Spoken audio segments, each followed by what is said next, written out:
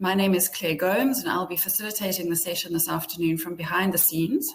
Graham is the Fleet Management Executive at AMSOL. He served at sea for 20 years and was appointed as Chief Engineer in 2002, serving on large Maersk container vessels.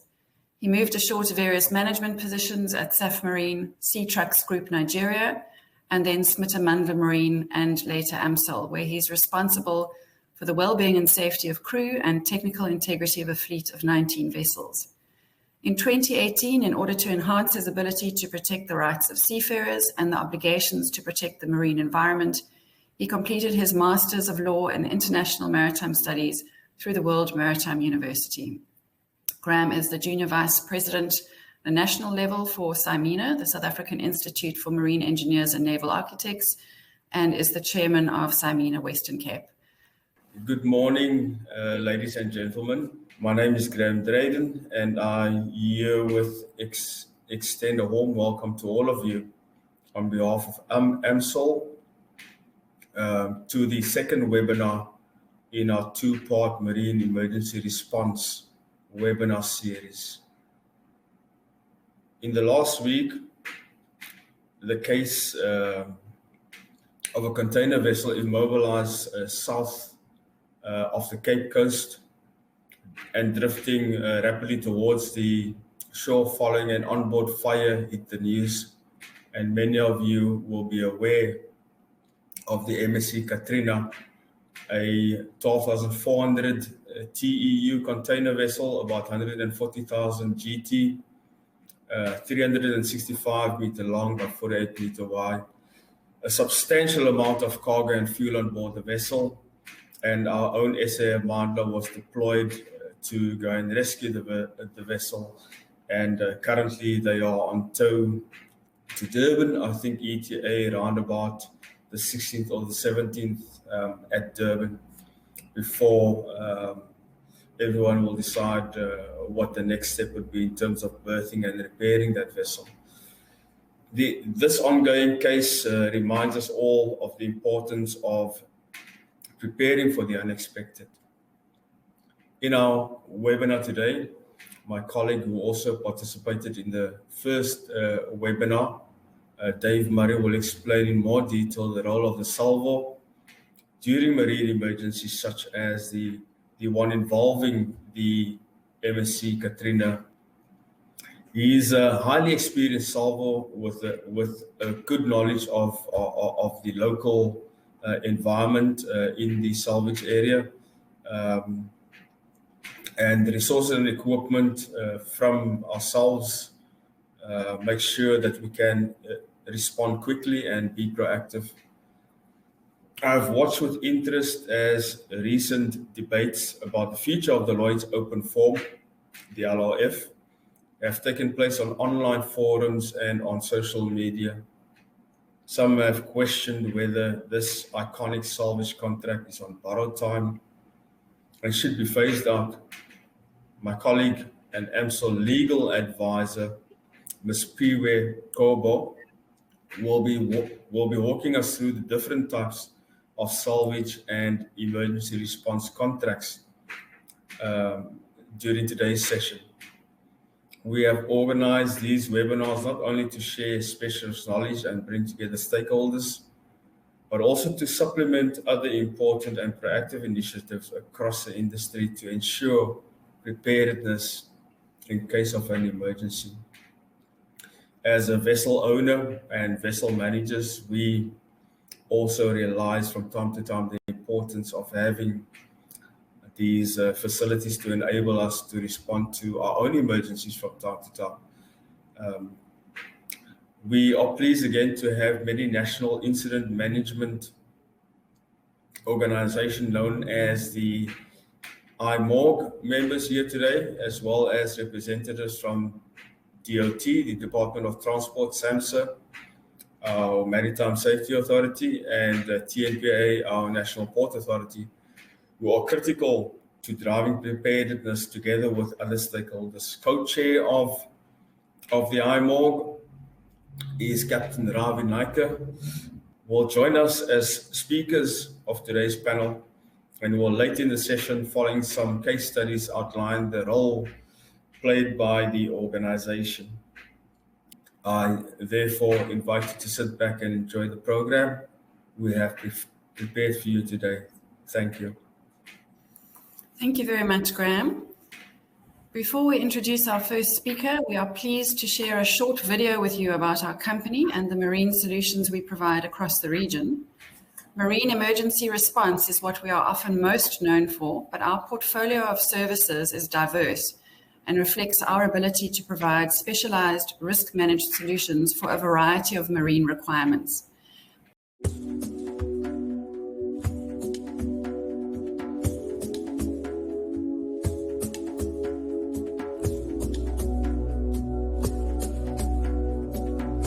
It takes an experienced team of specialists to deliver professional solutions in the high-risk marine environment of our oceans and coasts.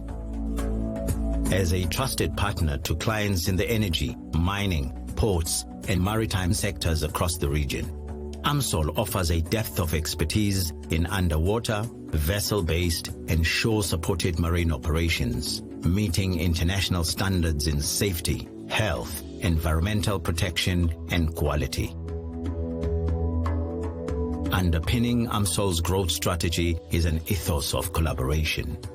We believe in providing excellent services to our clients through a partnership approach, managing their risks, managing their specific requirements in terms of national legislation, whether that be in South Africa or abroad, providing innovative solutions to employment creation, to employment equity, to training and development. The company has its origins in South Africa, offering broad-based economic benefit to employees and management who own more than 30% of the business. One of our strategic points, which is very crucial for us, is transformation. We believe in transforming the industry and the company. And the commitment to developing the local economy and maximizing local content in its areas of operations in the region extends to the value chain. Transformation in our supply chain is very crucial. Our main priorities for effective procurement is ensuring that we've got an optimal balance between price, availability of goods and services, and our transformation goals. AMSOL continuously improves the quality of its value proposition to clients. Safety, health, and well-being of people, environmental protection, and delivery of high-quality service are therefore key business priorities. AMSOL has a comprehensive safety, health, environment, and quality management system, which is certified to ISO 9001, ISO 14001, and OSIS 18001. We are also aligned to IMCA requirements for subsea operations and OCIMF requirements for tanker operations, STS operations, terminal operations, and offshore vessel management. In providing solutions to the maritime sector, it is the combination of experienced seafarers, fit-for-purpose vessels and equipment, and operational knowledge that sets AMSOL apart. AMSOL provides a broad spectrum of specialist marine services, which includes rescue, towage and salvage, oil pollution abatement, offshore oil support and vessel management to clients and owners across the region.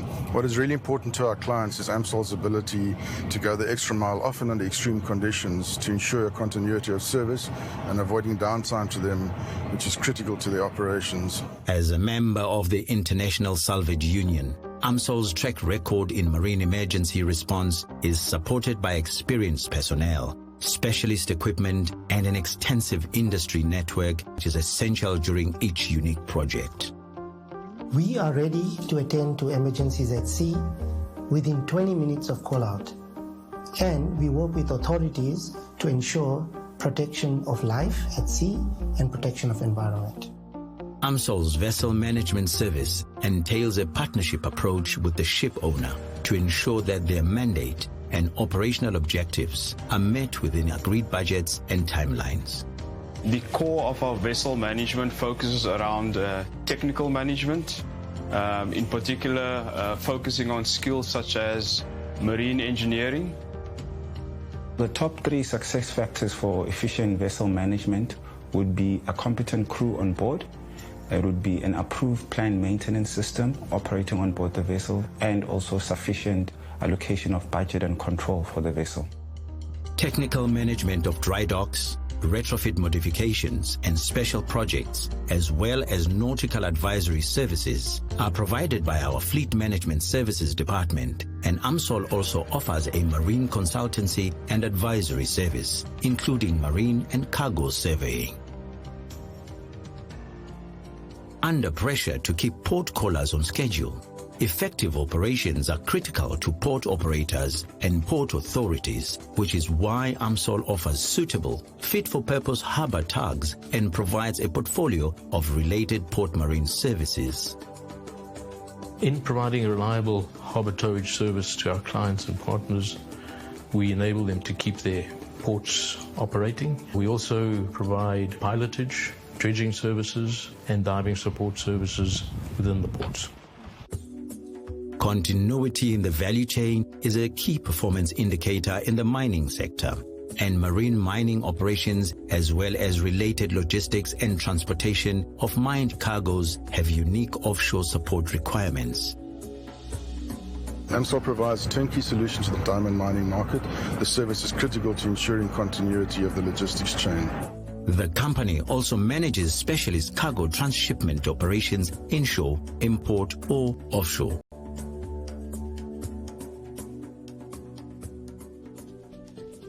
It takes effective management systems, risk mitigation and mindful behavior to meet the high SHEC standards demanded by the energy sector. AMSOL's competency in offshore oil and gas terminal installation and management, as well as in air and saturation subsea operations, is recognized by clients in this sector, and the company undergoes frequent client audits, verification processes, and vetting inspections to maintain the focus on continuous operational improvement. Offshore terminals operations management is about understanding and managing the client's risk. It's also about making sure that the facility is available 100% of the time for the use of the client. Subsea services provide underwater operations to the offshore oil and gas industry. We also focus on providing high quality equipment as well as experienced project teams.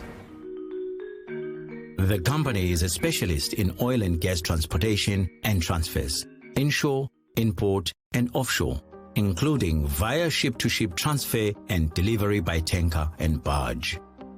Environment protection is of paramount importance. We work closely with our crew, our clients, and all relevant stakeholders to ensure compliance. The types of cargo transshipments that we do onshore and offshore are clean fuels, crude oil, LPG, and LNG. Offshore support for exploration, installation and production activities, including offshore supply, safety standby, and positioning involving complex vessel handling, as well as survey support, is a core competence at AMSOL, given the depth of the company's experienced personnel. As a company in a service industry, AMSOL offers its clients across the region the expertise of specialist personnel. We are a people-based company. In other words, we employ people that have technical expertise and competence. Qualified, competent, and experienced employees form the backbone of the company. Selecting the right person for the job is of critical importance to us because they need to comply with the AMSOL's own values in terms of the company values, in terms of behavioral traits, and also in terms of competence. With a fleet of specialist vessels, modern equipment, an experienced workforce and operations across multiple sites and sectors in the region, AMSOL's track record with private sector and government clients ensures that it remains the marine solutions partner of choice in the region.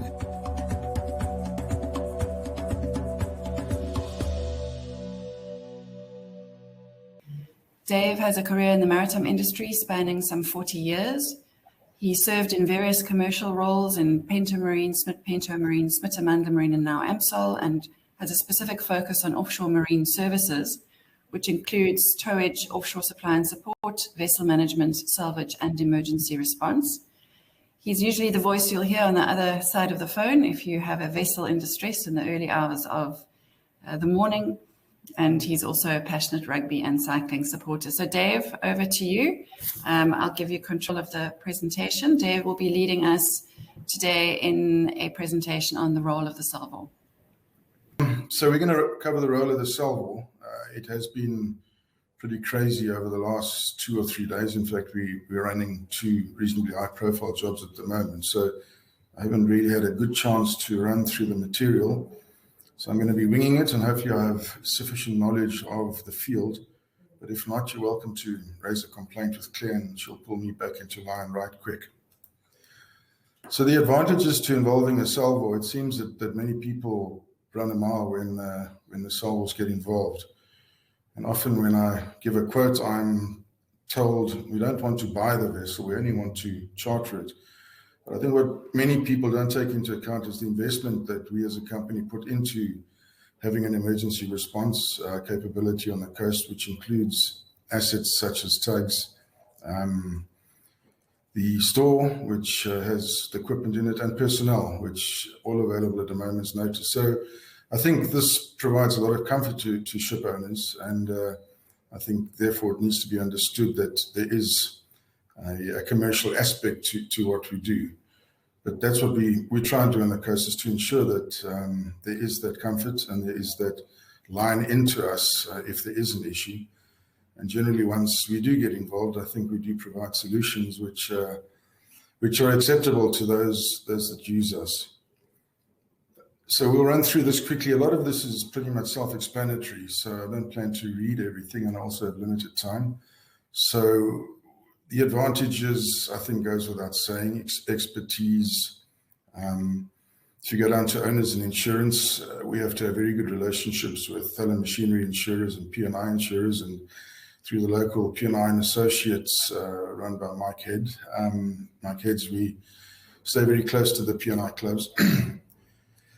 With local authorities and governmental bodies, we work very, very closely with SAMHSA and with NDOT and with DFFE. I think a lot of this is built up through trust, trust over the years, trust that we will give everything to ensure a solution, and that these entities trust us. And this has been built up over many years with what we believe is a successful track record and a good reputation. So this is crucial to what we do on the coast. The media is also critical. I think we've learned over time, and Claire has been fantastic in managing this. But we learned quite quickly that the media, if they don't get releases from you, they work on the basis of, if you don't tell us what's happening, we will make up our own stories, which often means a lot of tap dancing to get around. So we're always open with the media and ensure that they have the basis of what's happening on the scenes. And I think they respect and appreciate that as well. Key skills, resources, and competencies. Obviously, the professional salvors, experienced personnel. If you go down to innovative problem solvers, I think a lot of you would remember the Sealand Express a number of years ago. We had quite a serious problem in that the longshore current drift along the coast deposited sand along her side. And as we worked on her, the water level or the drafts became less and less and more of a challenge. And in that situation, we were able to charter a dredger in, which actually dredged the channel into her, through which we were able to refloat her. So every job is different. Every job has its own challenges, and it's very, very critical to be an innovative problem solver. The one entities that we don't cover here are the brokers, and the brokers are very important to us. There's 2 major towage and salvage brokers, both based in London. That's Marant and Clarkson's, and in fact, as I said earlier on, we're doing 2 operations at the moment, one with each broker. But relationships with the brokers are critical, and for those who don't know how they operate, they maintain very high level and technically advanced databases with regard to each and every tug around the world, and are able to identify tugs which may be available for spot opportunities. And ship owners often rely a lot on them to get immediate feedback, and often will trust the brokers to work on what may be available, which takes a bit of pressure off the owners to do this themselves.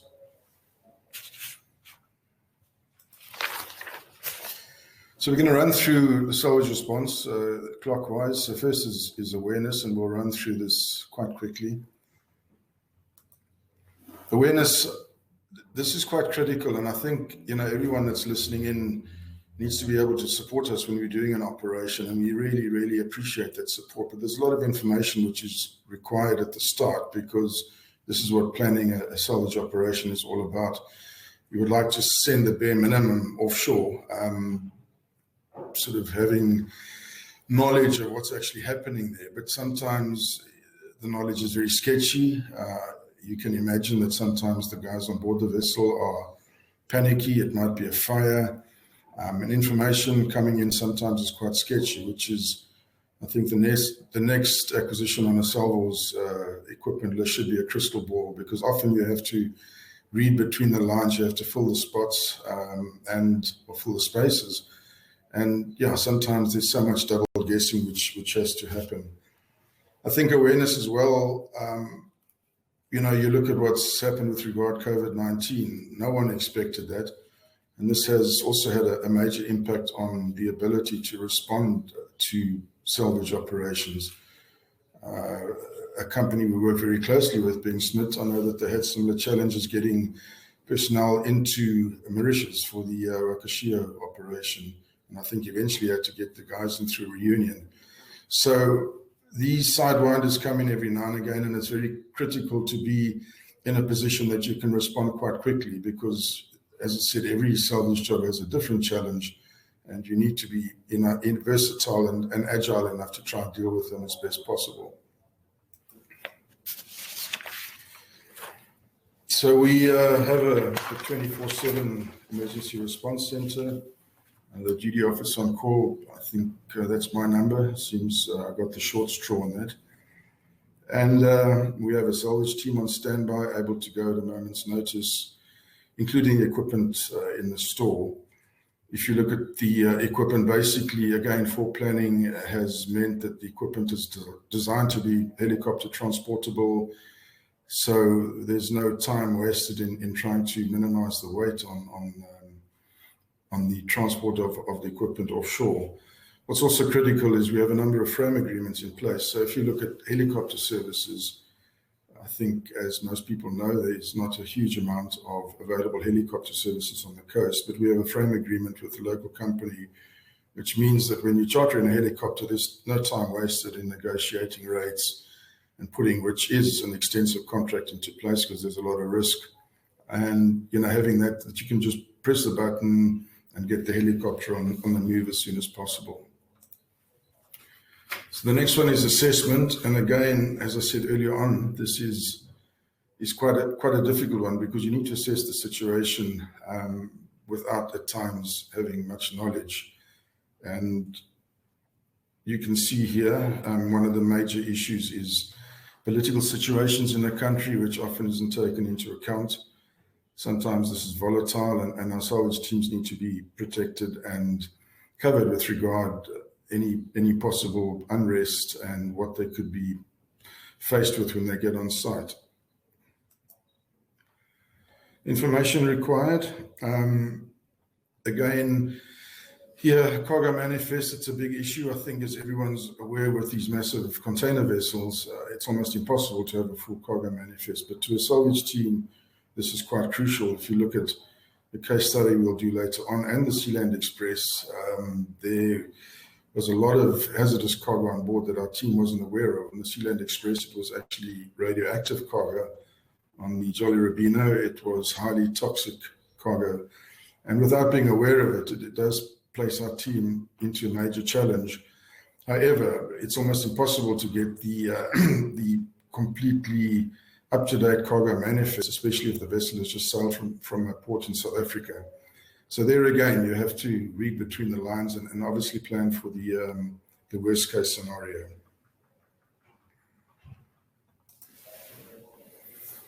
Information, the salvage plan is critically required, and often in working hand in glove with the local authorities, that's the first thing that they want to see, is a salvage plan. And they need to be aligned, and collaborators in the salvage plan, often there's an explanation required as to why this is happening and why we're doing that. And again, as I said earlier on, this is where the basis of trust comes in quite critically. And I do believe that we have that with the local authorities. We work very, very closely with SAMSA and DOT. And as you'll see later in the Jolly Rubino presentation, with DFFE, because often you need assistance and input at a moment's notice. And the South African government and the agencies generally are well aware of this and will bend over backwards to assist us, as long as we're able to justify what we're doing, why we're doing it, and that it's in the best interests of the country as a whole. Casualty specifications, again, goes without saying. Need to know really what the casualty is, what it's carrying, construction if possible, position. As you can see, this is the Costa Concordia with a big list. So this sort of information is critically required. And as I said earlier on, the cargo is generally the ship itself. You can get from, we work very closely with the emergency teams in the various companies that are dealing with us on an emergency response. You can get a lot of the plans, hydrostatic requirements, etc. through them, but the cargo on board is often the sort of factor that you don't know what's there, and that is quite crucial.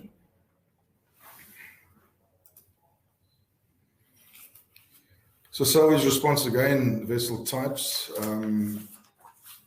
Oboe carriers, there's not that many of them around, but those are oil bulk and ore carriers, which are very versatile, but also bring their own challenges. Crude oil, chemicals, crucial juice, fruit, and others. I think there's an old story about a vessel carrying whiskey from Scotland to the States that suffered salvage requirements off Scotland, was brought back into Scotland. The salvor was left to the stevedores to discharge the cargo. When they got back the next morning, there was not that much left. It's all about salt values. The salt value on that vessel had diminished quite rapidly overnight.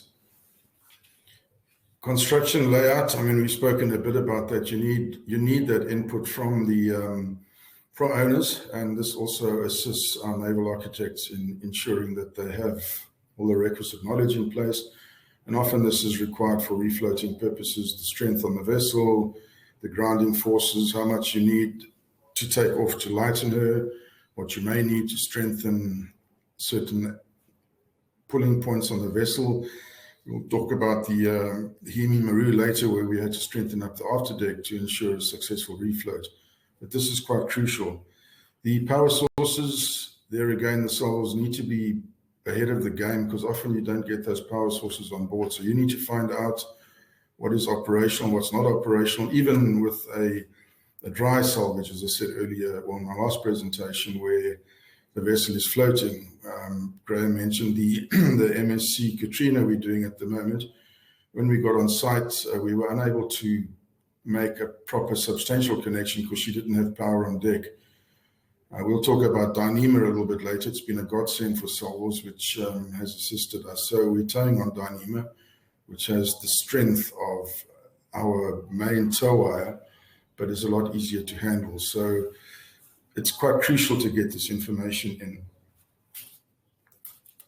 And I mean, going back to that last slide, this is where our relationship with the local agents is crucial, because they often the interface between us and the vessel, or between us and the owners. And agents are critically important in us getting our information in with regard, putting the salvage operation in place and putting it in place effectively, and also without oversupplying, because you have to be lean and mean when responding to a salvage operation. Cargo stowage is crucial. I think looking at that was a case which happened in the North Sea. I think a new and very innovative way of parking cars. Unfortunately, the garage there is a bit wet, but an interesting way of parking cars. But that is a cut made through a vessel which was carrying cars, and showing just what is being dealt with if you have to try and lighten that vessel. Casualty locations, again, it's crucial to have, and this is where we need to know exactly what our coastline looks like, immediately to know whether it's on sand, rocks, water depths, and this then assists with planning the refloat or planning the salvage plan. If you look at customs and immigration, Captain Nike will run us through the IMORG situation or the IMS system earlier on. And this is also a fantastic innovation because this brings everyone together in a room or in a forum. So if the SOLs, for example, need police services to cordon off a road or need input from DFFE with regard the landing of cargo, or customs with regard bringing in our equipment overseas, to have everyone under one roof and everyone working together really would make the operation, or will make the operation a whole lot easier. And for us, that is, it's a godsend, because this is often what we need, and it avoids making panic telephone calls, for example, to get the police to assist, or to try and get customs to relax on letting some highly required or important equipment through the airport, which has had to be flown in. We now need to look at planning and executing. I'm leaving the contracting to my very learned colleague, Piwe, who will run us through that just now. But she's also a crucial part to our team because she will be looking after the contractual side of things, and to make sure that we're all aligned and on track with that regard. Personnel involved, again, I think we did cover that a little bit earlier, but salvage masters, I think it goes without saying, naval architects are critical, divers. The divers often double up as riggers on deck, so they're very multitask and they form the backbone of an operation. We try and keep the vessel staff on board as long as possible. I mean, if the situation is of concern, often they will ask to get off. But having the master of the vessel on board or the chief engineer of the vessel on board provides a huge amount of input on site. So we do try and do that as far as is possible. And then the support staff in the main offices, operational, commercial. I think one of the main drivers is safety, putting our salvage team into risk situations on board vessels which are unstable. We need to go through all our risk assessments, risk mitigations, and ensure that the work area is safe for our guys to go. Project coordinators, cost controllers, this refers a lot to the SCOPIC clause, and PV will run with that later, but you have to keep up to date with regard to your spend on a job, just to make sure you know what has been spent when it comes to wrapping up the books a bit later, and looking at being able to recover what you have used on the job. So the basic salvage team, as we've said, salvage master, who we also have, believe it or not, and sorry, that's probably a chauvinistic statement, but we have female salvage masters. I'm not too sure whether they call them salvage masters or salvage mistresses, but there's a number of female salvage masters around the world. Salvage supervisors, naval architects, etc., and we spoke about the project controller. I think in amongst this are these sort of ad hoc services you may require. For example, a fire on board, you would need a fire expert. With hazardous cargo on board, you would need chemical experts to guide you on that, and what you would need to have with regard PPE, etc., when you're dealing with hazardous cargo. And there's a number of different support services you could put in, and that's why it's really important for a company like ourselves to know who is there, who is available, who can you phone when you need a fire expert, or you need someone who is well aware of chemical on a vessel and what needs to be done to ensure that the team is kept as safe as possible. This is just some pictures of a vessel which, well, Ikantande, in fact, I think last week or the week before was the 20th anniversary. This was off Scarborough. It just goes to show that at this stage, the vessel's crew had abandoned. And often, I think, as I said in the last presentation, our team are getting on when after the vessel's crew have left from a danger perspective. So it's really critical that the risk assessments are done, that the risk mitigation is put in place, that we have everything ticked off, because you don't want to and you shouldn't put your team into a hazardous situation.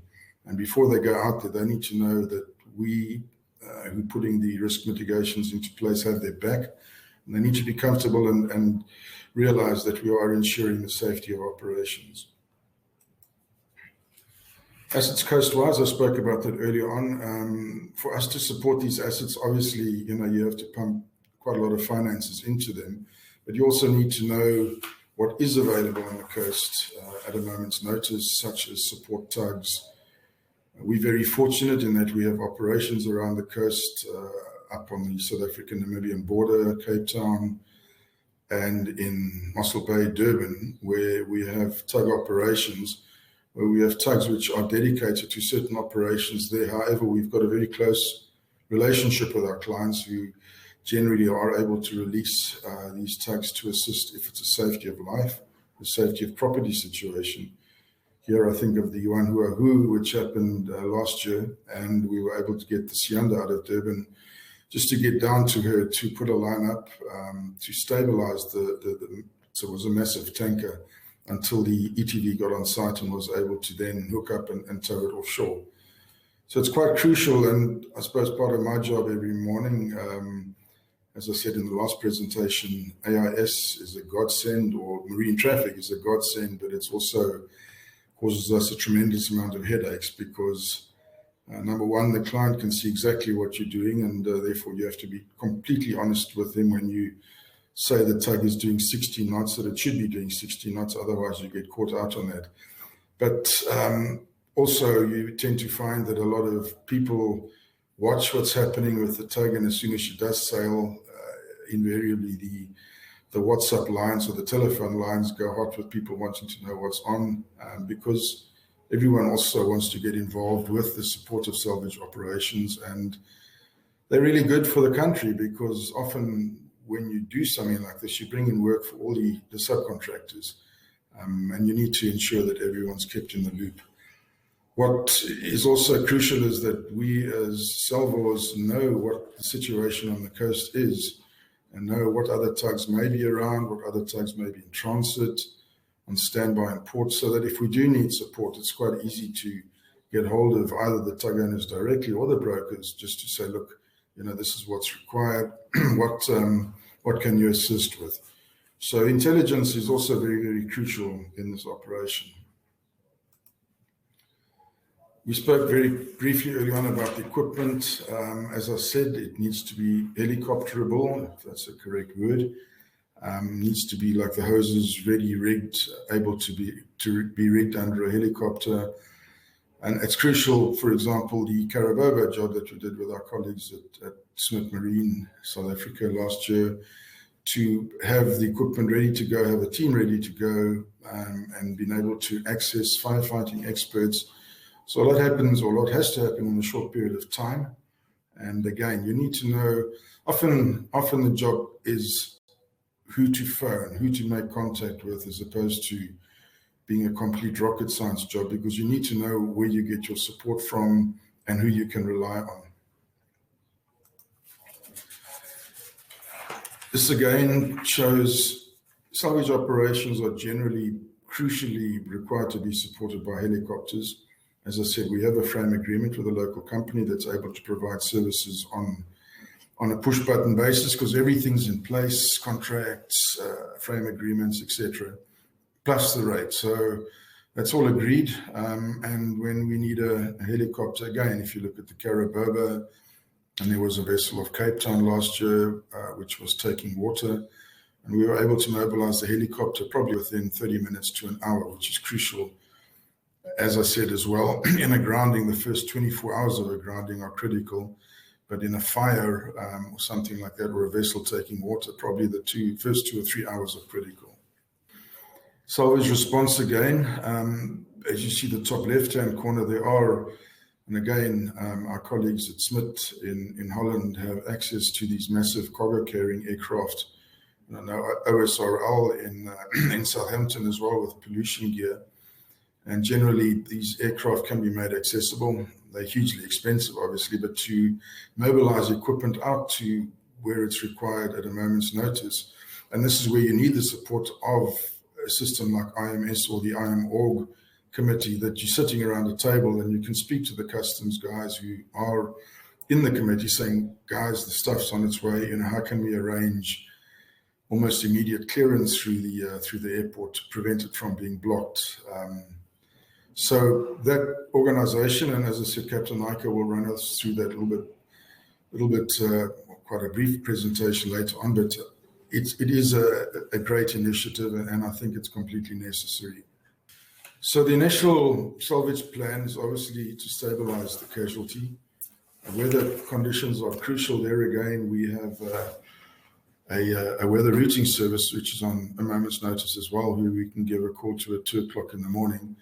At the moment, with regard to the Amandla towing the MSC Katrina up the coast, she's quite a big beast, and it's crucial to know where the axis of the current is, so you can get outside that. It's crucial to know what weather's coming your way, because with her high windage, it puts her onto quite a difficult shear, and you need to understand what's coming down the line so you can prepare your tow gear accordingly.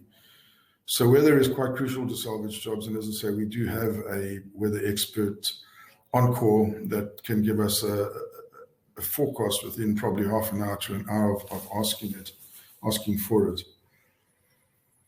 If you look at the point number 3, the local authorities, I don't think I touched on it last time, but in the UK you have, again, it's in my opinion, and it's only my opinion, quite a fantastic system with regard to the SARS-REP, which is the Secretary of State's special representative, that becomes the driving force from the state with regard to salvage operation, and can make decisions which are, to his opinion, to the benefit of the state, which would override all local authorities. So, for example, on the MSC vessel, which had a problem off in the English Channel, he made a decision to ground it, even though maybe the environmental authorities were unhappy, the local port authorities were unhappy.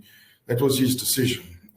And I think one of the first SOS reps said to his boss, back me or sack me. And this is how they operate.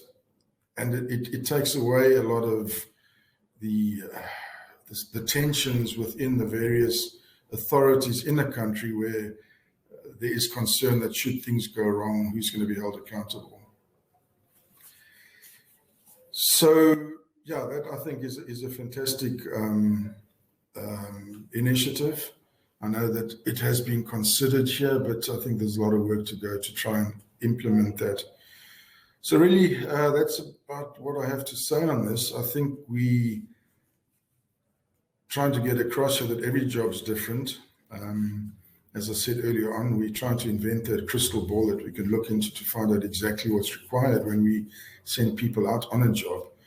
But again, that every and each one of you that are probably looking in on this webinar have a part to play in supporting us when there is a job to the successful conclusion of that particular job, because there is a lot of information required, and it's fantastic to get concise, accurate, and timeless information as opposed to trying to double guess. So it doesn't matter if an agency brings a job to us and things like, the salvors are on this and, they're going to do very well out of it. We really rely on those agents to give us the information with regard bringing that job to a successful conclusion. So that's my say. If there's any questions on that, obviously you can drop that through and Claire will raise them a bit later. But thank you very much.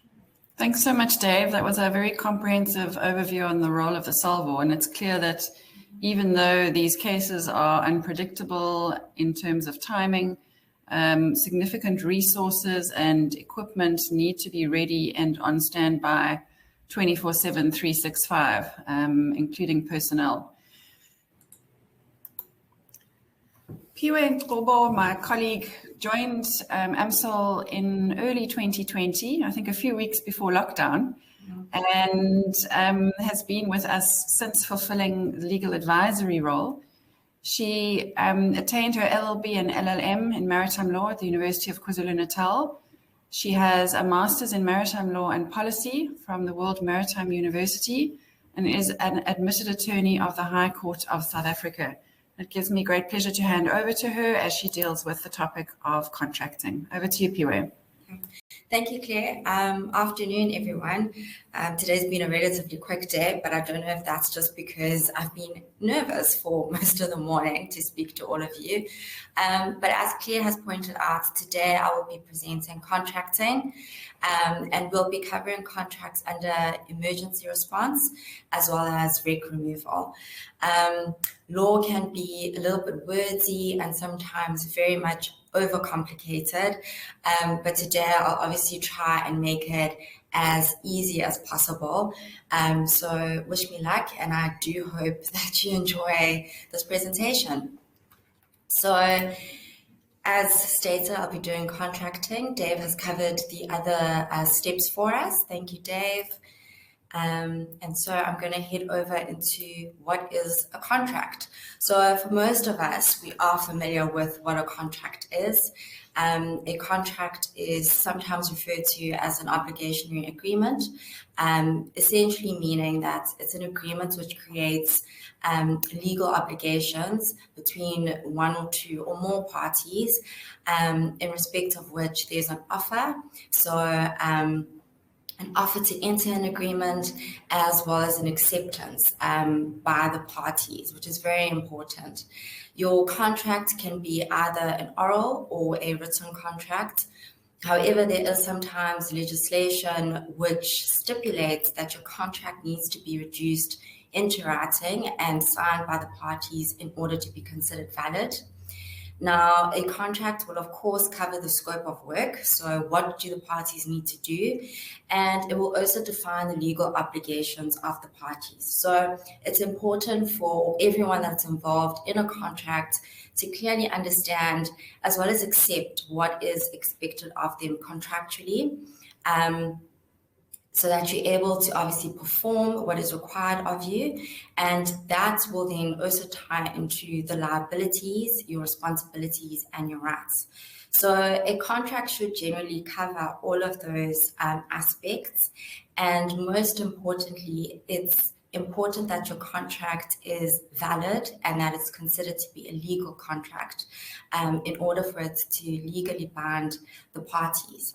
So those are your building blocks of what a contract should consist of. Now, specifically focusing on salvage contracts, these have always traditionally been between your ship owners / managers, as well as your hull and machinery underwriters. But of course, maritime is ever evolving and ever changing. So there have been more parties that have become involved in salvage contracts. And this includes authorities, cargo owners, cargo underwriters, as well as P&I clubs. But the list doesn't only end there. You also will find that hull and machinery underwriters can be involved, as well as classification societies.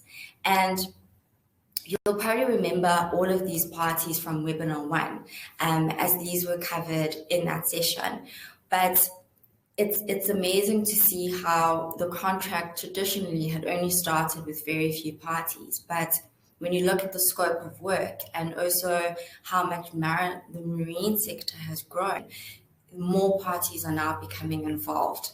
And this will then lead us into the complexities of some of the contracts which we'll be discussing today. So our first topic is emergency response. Now, what is an emergency response? Specifically in the marine sector, this can be a vessel which has grounded, a vessel that's experienced an engine breakdown, fire, collision, water ingress, or even if there's an element of danger to that vessel. What's most important is that when an emergency situation does arise, time becomes very critical. And you may hear the expression that time is of the essence, because it's true. When an emergency happens, particularly at sea, you want to ensure that the lives of your crew and your master are safe. You want to ensure that the environmental damage or any pollution threat to the environment is minimized as best as possible.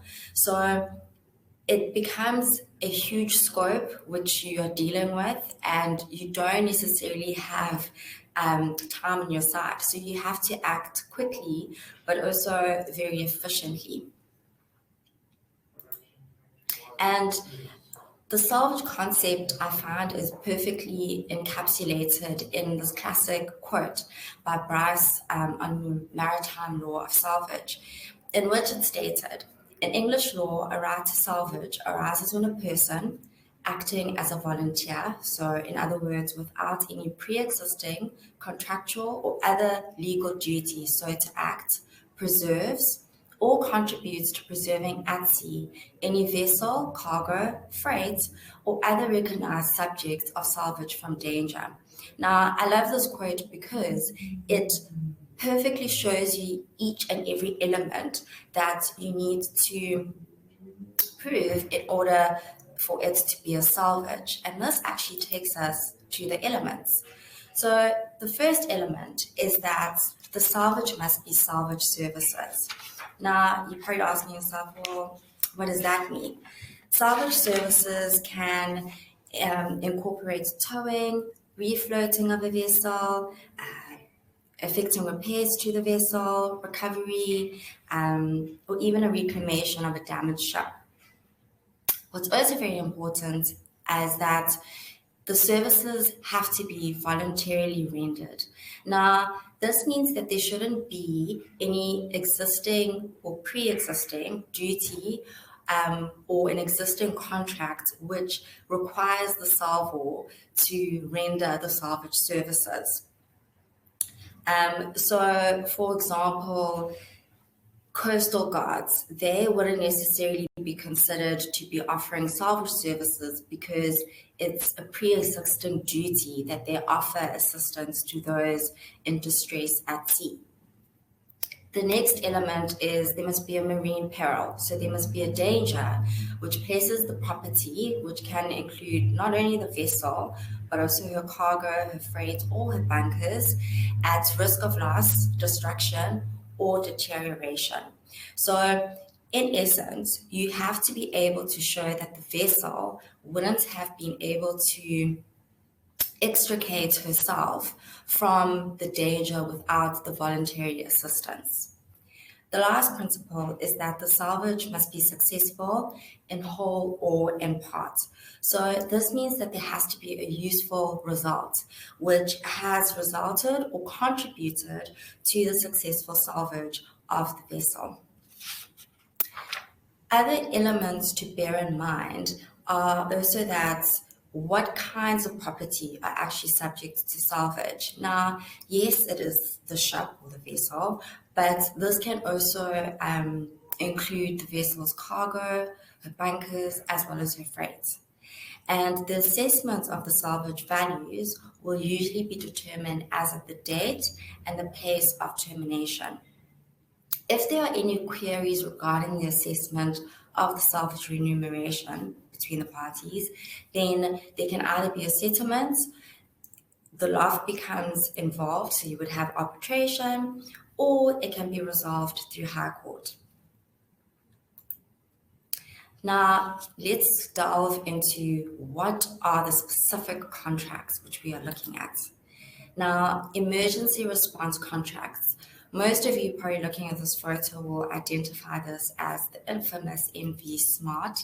And this was a really interesting salvage case.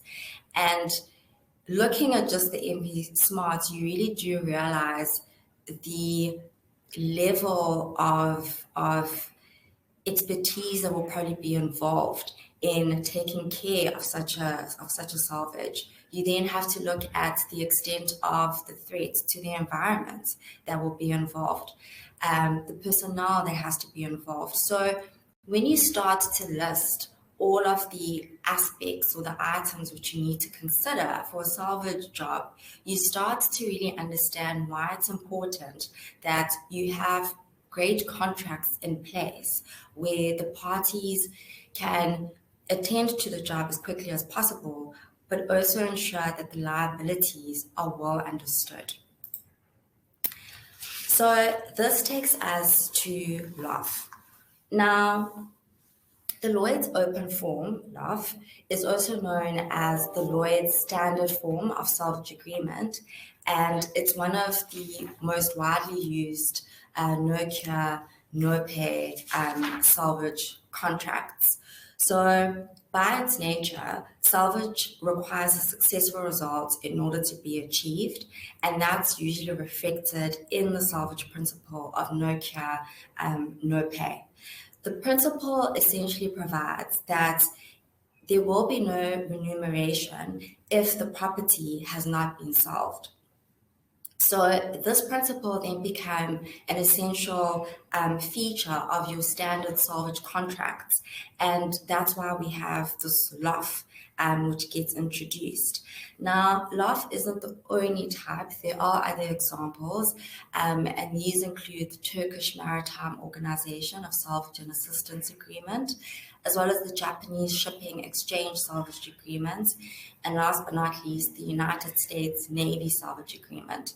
But even though we have all of these other types, LOF is still one of the most preferred and also the most internationally recognized standard form of a salvage contract.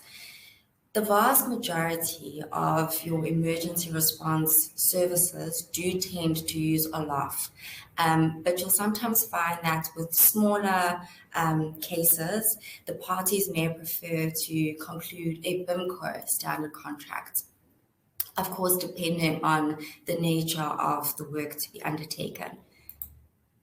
Now, what are the key aspects of LOF? So we're talking about LOF, we know what LOF looks like, but what really stands out about LOF? Well, first and foremost, the LOF has been administered in London by the Lloyd's Salvage Arbitration branch. And what LOF aimed to do is that it wanted to encourage instant action to save vessels and cargoes. So by really having this template, per se, you almost took away the delay that would arise with parties still engaged in ongoing contractual negotiations that, as we all know, can take forever when you put one or two lawyers in a room together. So LOF really tried to minimize those delays. Another aspect about LOF that stands out is that the resolution of disputes was coupled with the assessment of your salvage award, and that would then be deferred until the salvage task was completed. Salvage, as we've mentioned before, is assessed at the date and the place of termination. Another key point about the LOF is that it always encouraged a very fair and balanced process between the parties as well.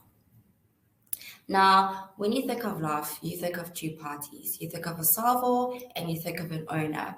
Now, the salvor's duties in a salvage, and particularly with the LOF, is to use his or her best endeavors to solve the property, to take it to a place of safety, and to minimize or prevent the damage to the environment. The owner, in return, will cooperate with your salvor.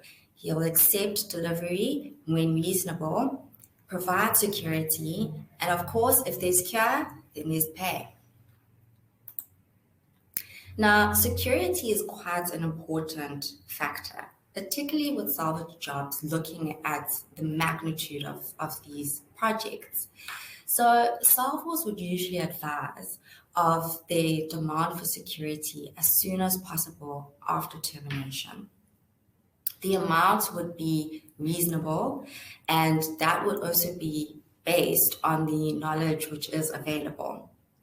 The security would have to be in a form which is acceptable to the Council of Lloyd's, and if it were to be a form that steps away from the traditional form, then this would have to be agreed on in order for it to be deemed as acceptable security.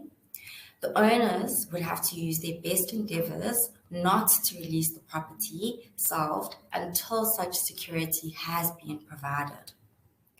The property would not be removed from the place of redelivery without written consent of the salvors until they have actually received such security. So as you can see, security is quite important. Without the security, the property can't be released. And it also just gives you a guarantee that once the job has been done, there may be then remuneration or coverance for the costs. This leads us to Article 13. Article 13 was based on the merit of service, and it deals with how do we actually assess the award. So on what basis is the award then actually given?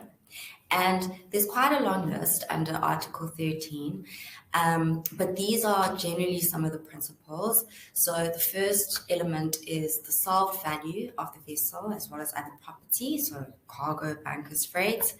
Minimizing the environmental damage is always very important. What is the measure of success? Is it a total success? Will it not be successful at all? That all needs to be considered as well. What is the nature or the degree of danger that's involved for all parties that are involved?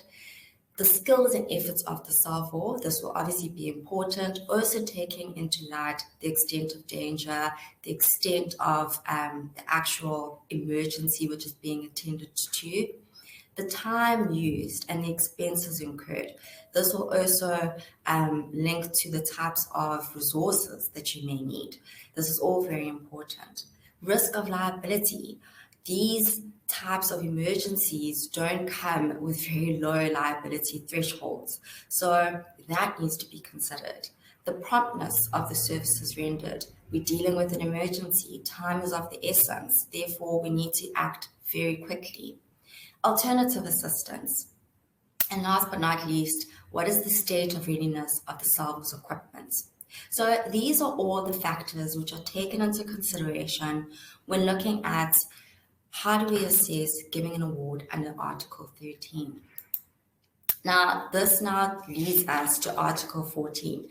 Now, Article 14, if I had to describe it, it's sort of the stepsister that you're not quite sure whether you embrace her with open arms or if you're not quite sure about the relationship to come for a few years.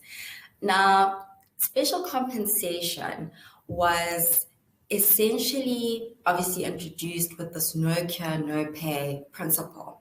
And that principle started to become a problem in about the second half of the 20th century, when you had the transportation of oil increasing, and then more and more parties discovered the actual extent of damage, of pollution to the environment and what this could cause.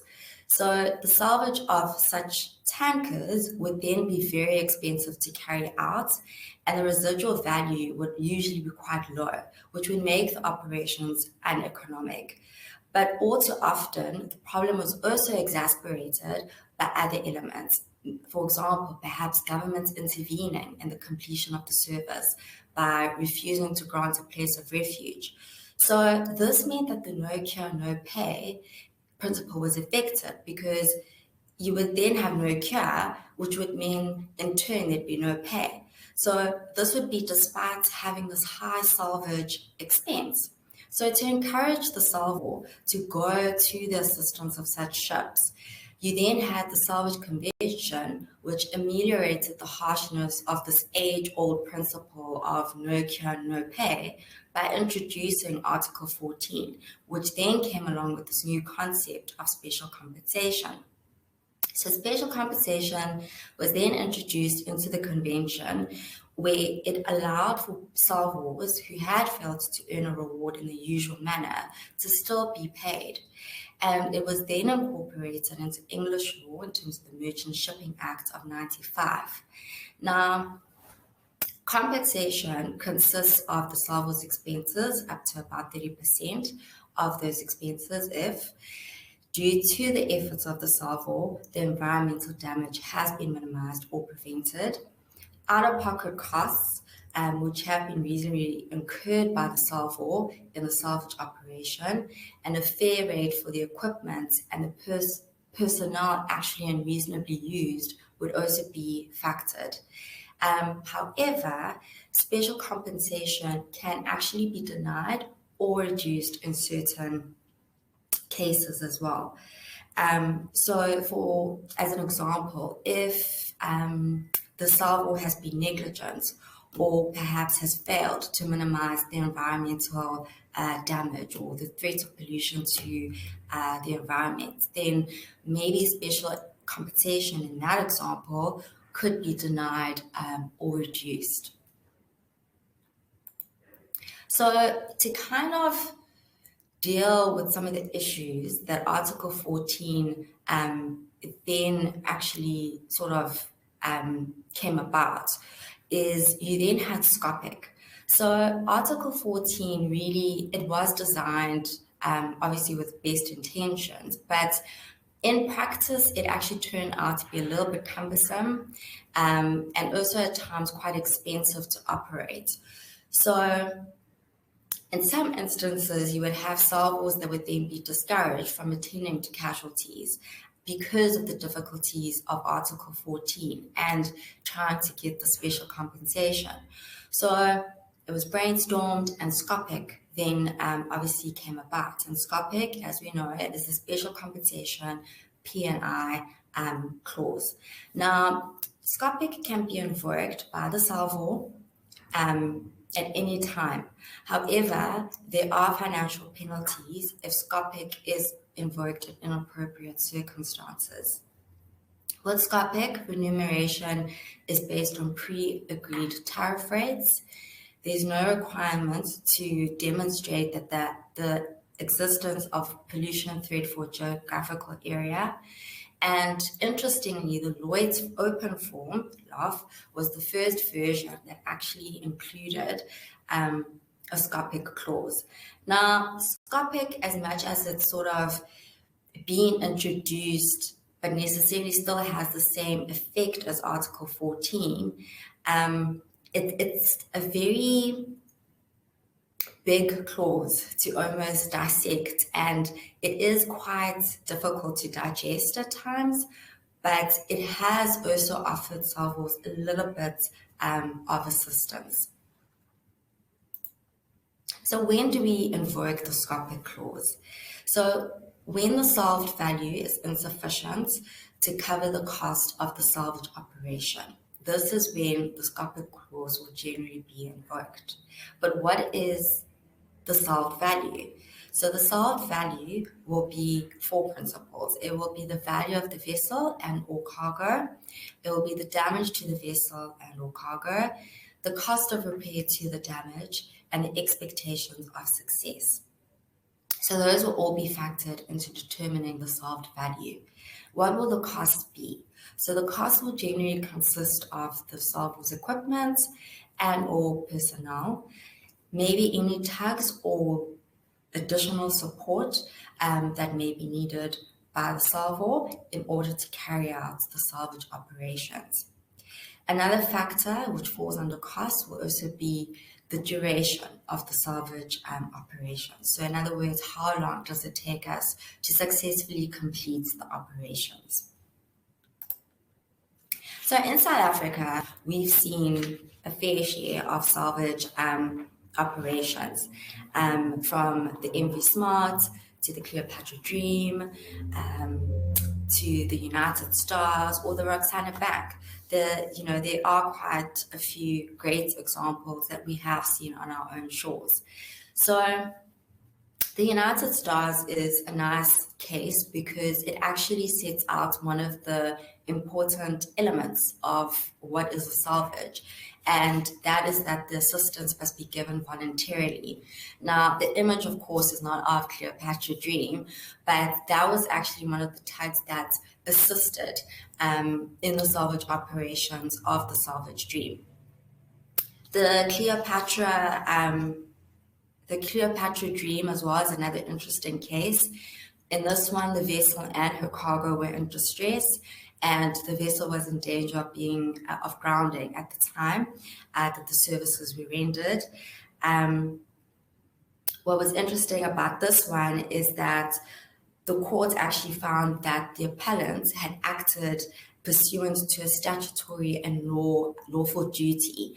So therefore, it wasn't voluntary. So because of that, they could not then be entitled to a salvage reward in terms of Article 5 and Article 17 of the International Convention. So again, another case that shows us one of the elements of a salvage.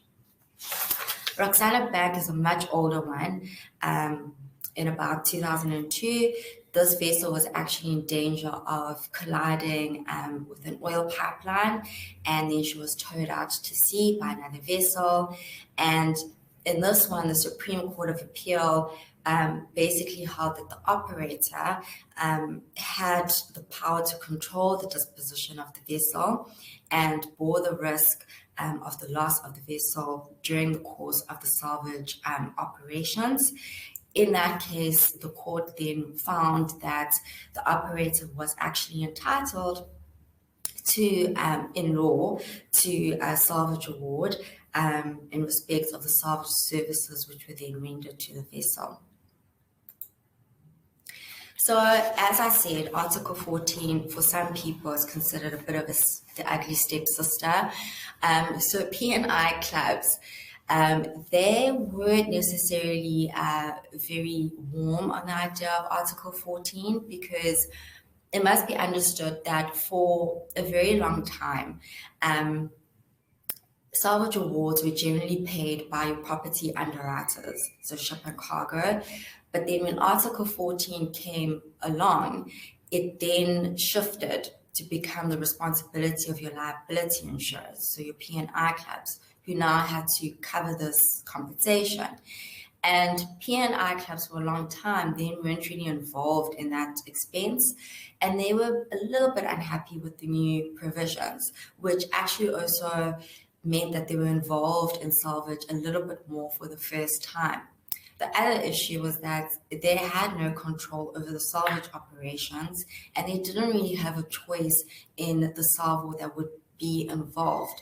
So from them to now, from their perspective, to now be liable for compensation, it wasn't really great for them.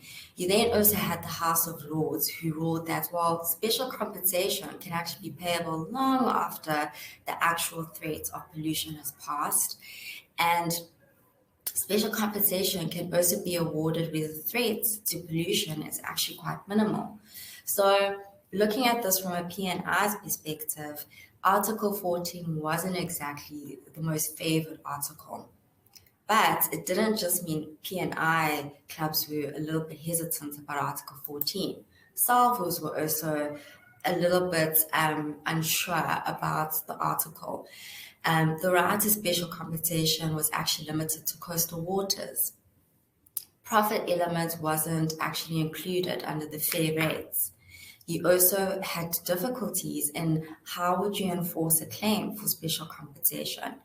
So it's unfortunate because Article 14, as I said previously, was introduced with good intentions. But in practice, in some instances, it turned out to be a little bit cumbersome, a little bit expensive to operate, leading to some of these grievances. So, as mentioned earlier, LAF was one of the first forms that actually included the SCOPIC clause. And what SCOPIC aims to do is it creates a safety net for your salvors and your owners. It also takes into account your pre-agreed set of daily rates.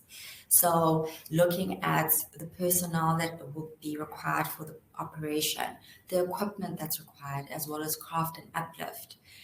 It also brought about the special casualty representative, which the owners can appoint.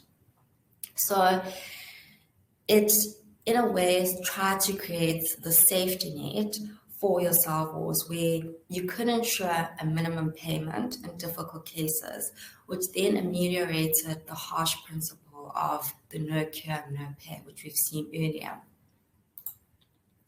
Now, who is the special casualty representative?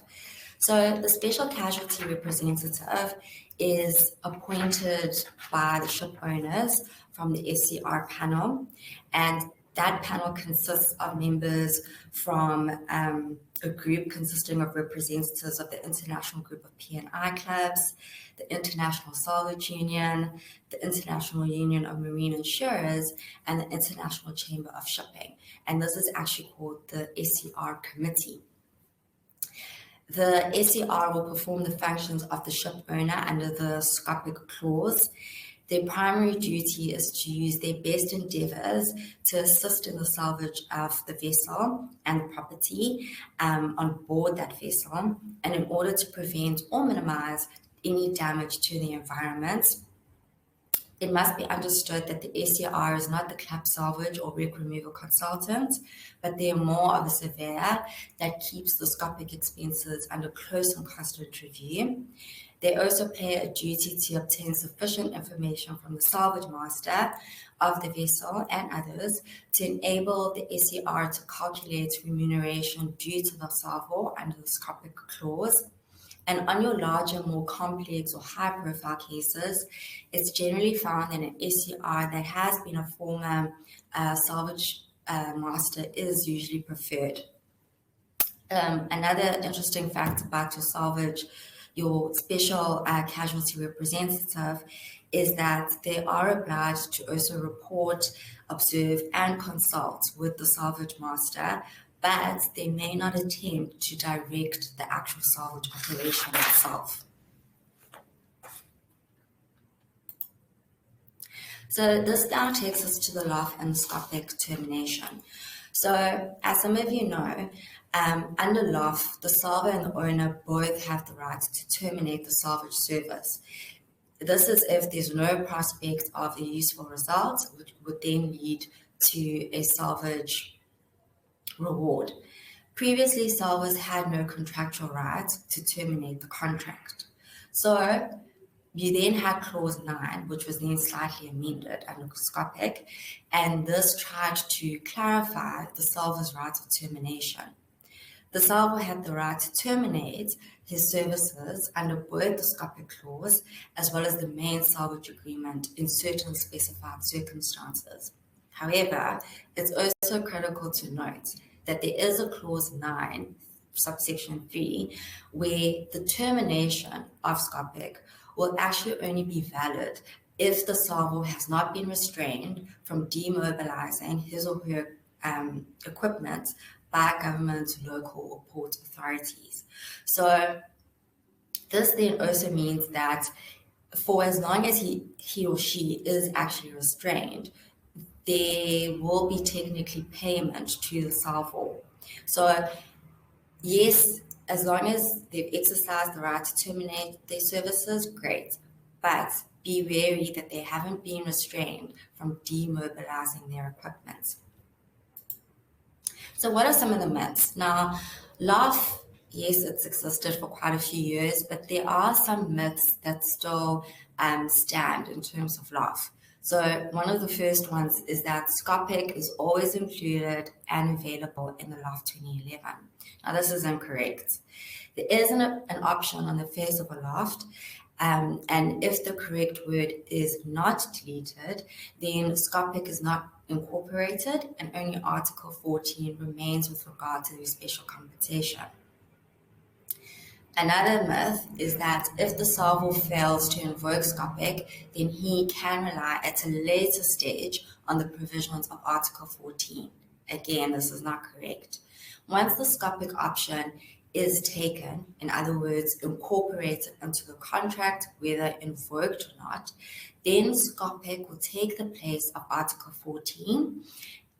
But there is one exception, and that's if the club fails to provide security. Another myth is that the SCR is in charge of the operation. Incorrect. The salvage master is in charge of the operation. It is the salvor who has the contractual responsibility for the operation, not the SCR or the club. Myth number 4, the SCR represents the ship owner and the ship owner pays his bill. No. This SCR represents the interests of all respondent property interests, and his or her bill is paid 50% by the club and 50% by the property underwriters, so pro rata to value. Another myth is that the SCR is there to investigate any alleged unseaworthiness. No, they are there to assist the salvage master, monitor the operations, and if anything, to act as a cost controller. They are expressly barred from giving evidence on non-salvage issues. However, this is not the case with the special representatives who may be appointed by hull or cargo. Last but not least, when the SCR signs off the scopic schedules at the end of the day, the sums included have been agreed between the parties. This is not correct.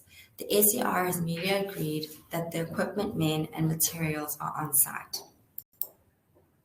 So we've now discussed LAF, Scopic in depth, but what happens when we look into the future, when we start considering autonomous vessels? What now happens with our dearly beloved LAF and our Scopic? Well, as we've all seen, there's an increased focus on digitalization, automation, and autonomous technologies, which are on the rise. But as much as this is in maybe the not so distant future, there still isn't a lot of alignment between the various maritime legal and regulatory frameworks. Because, for instance, the definitions of what an autonomous vessel are still very much broad and sometimes custom made. International legislation isn't yet unified in that respect. This could possibly lead to issues where, on one hand, the law of the flag state may recognize an autonomous vessel. However, on the other hand, if the port law or the law in relation to the port doesn't, you then have a conflict.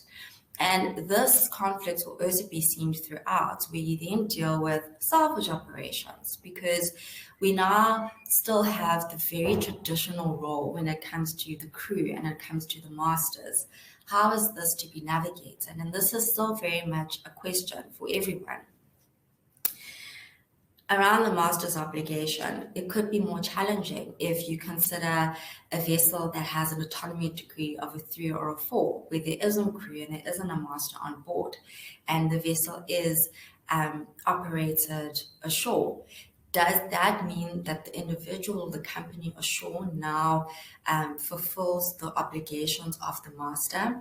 And if there is a vessel in distress which requires assistance, does the autonomous vessel send a distress call to those ashore?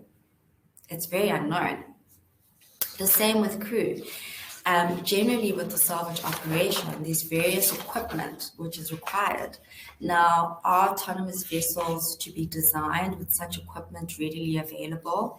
How is the equipment to be administered in order to actually allow the salvage operations to take place? Another issue, and this is also not quite answered, is on board the vessel, sometimes the master is required to keep certain documentation and to fill out certain documentation. Without anyone on board, how does that documentation remain on board? Or will the laws be changed in order to incorporate more digital forms of those documents? So very interesting, and I think we have a lot in store in future when it comes to autonomous vessels in the marine sector. So this takes us to our last section of wreck removal. Wreck removal deals with, well, what is a wreck? This is essentially a vessel that is now beyond salvage. It's either capsized, sunk, broken up, or it's a total loss, or abandoned. Once a vessel is a wreck, this means that it's officially declared a total loss. The wrecked vessel will obviously will be moved. Your hull and machinery underwriters will usually pay the owners. The environmental and navigation hazard is also closely monitored. Authorities will issue a wreck removal order to the owner. You then also have involvement by your International Salvage Union and the International Group of P&I clubs. They are parties to a code of practice for your wreck removal and cargo recovery operations. And this code will sometimes set out the formal procedures for rendering the services for your wreck removal projects. So it will also incorporate some of the tendering processes. Wreck removal contracts. In terms of BIMCO, there are the three popular ones, which is wreck hire, wreck stage, and wreck fixed. Wreck hire is a time and materials contract where your salvors are paid on agreed daily rates for the craft, the personnel and equipment, and any third-party costs. Your wreck stage is a lump sum contract, but with payments that are broken up into various stages. So payment isn't dependent on the entire project being a success, but rather on the success of each stage of the operation.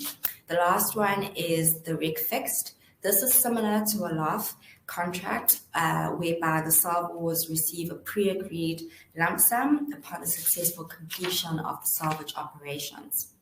You will also have hybrid forms, so these can be contracts that have lump sum elements or maybe have a capped element.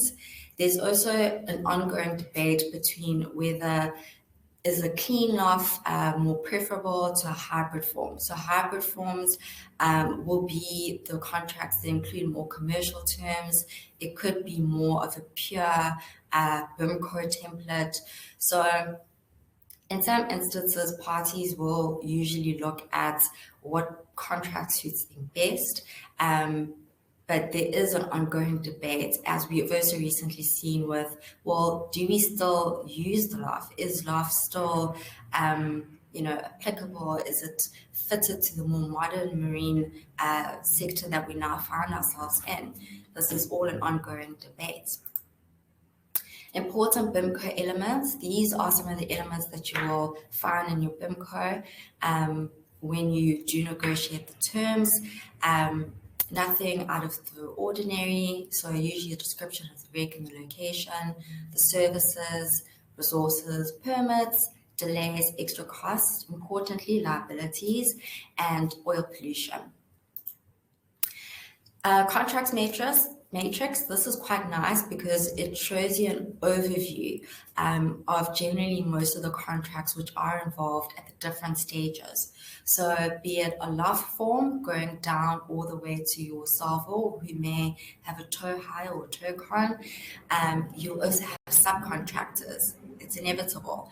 So your subcontractors, if you need, for instance, supporting vessels, so you may enter into a supply time or a tow hire or self-hire, or if you just need a general service contract, so either an agent, stevedoring, or fabrication services.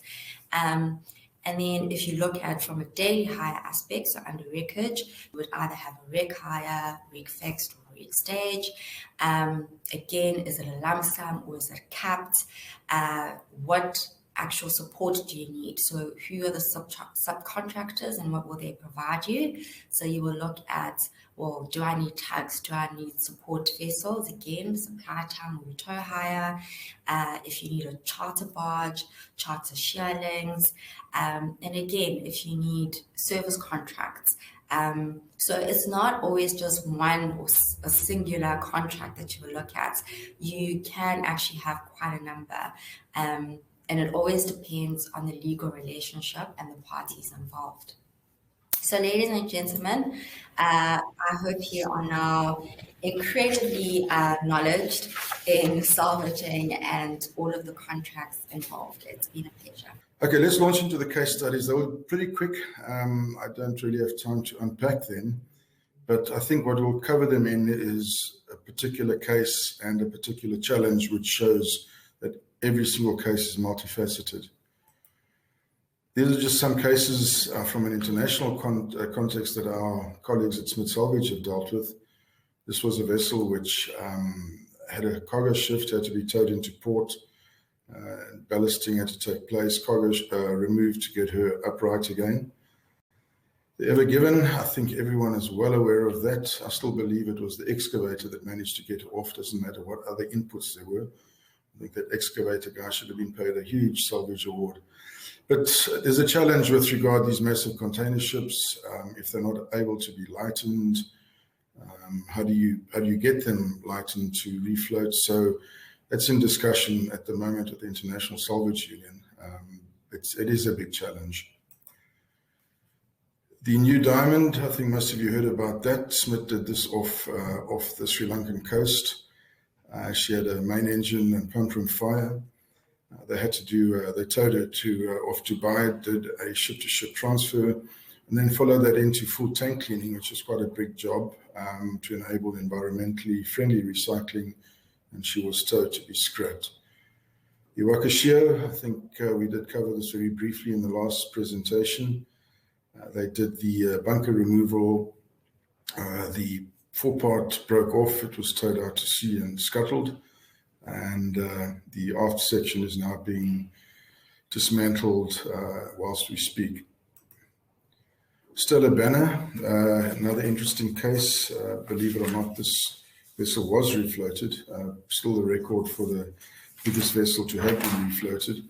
A lot of challenges there, getting the cargo off. The cargo was, I think those who are aware from a stability perspective, was in the danger of liquefaction.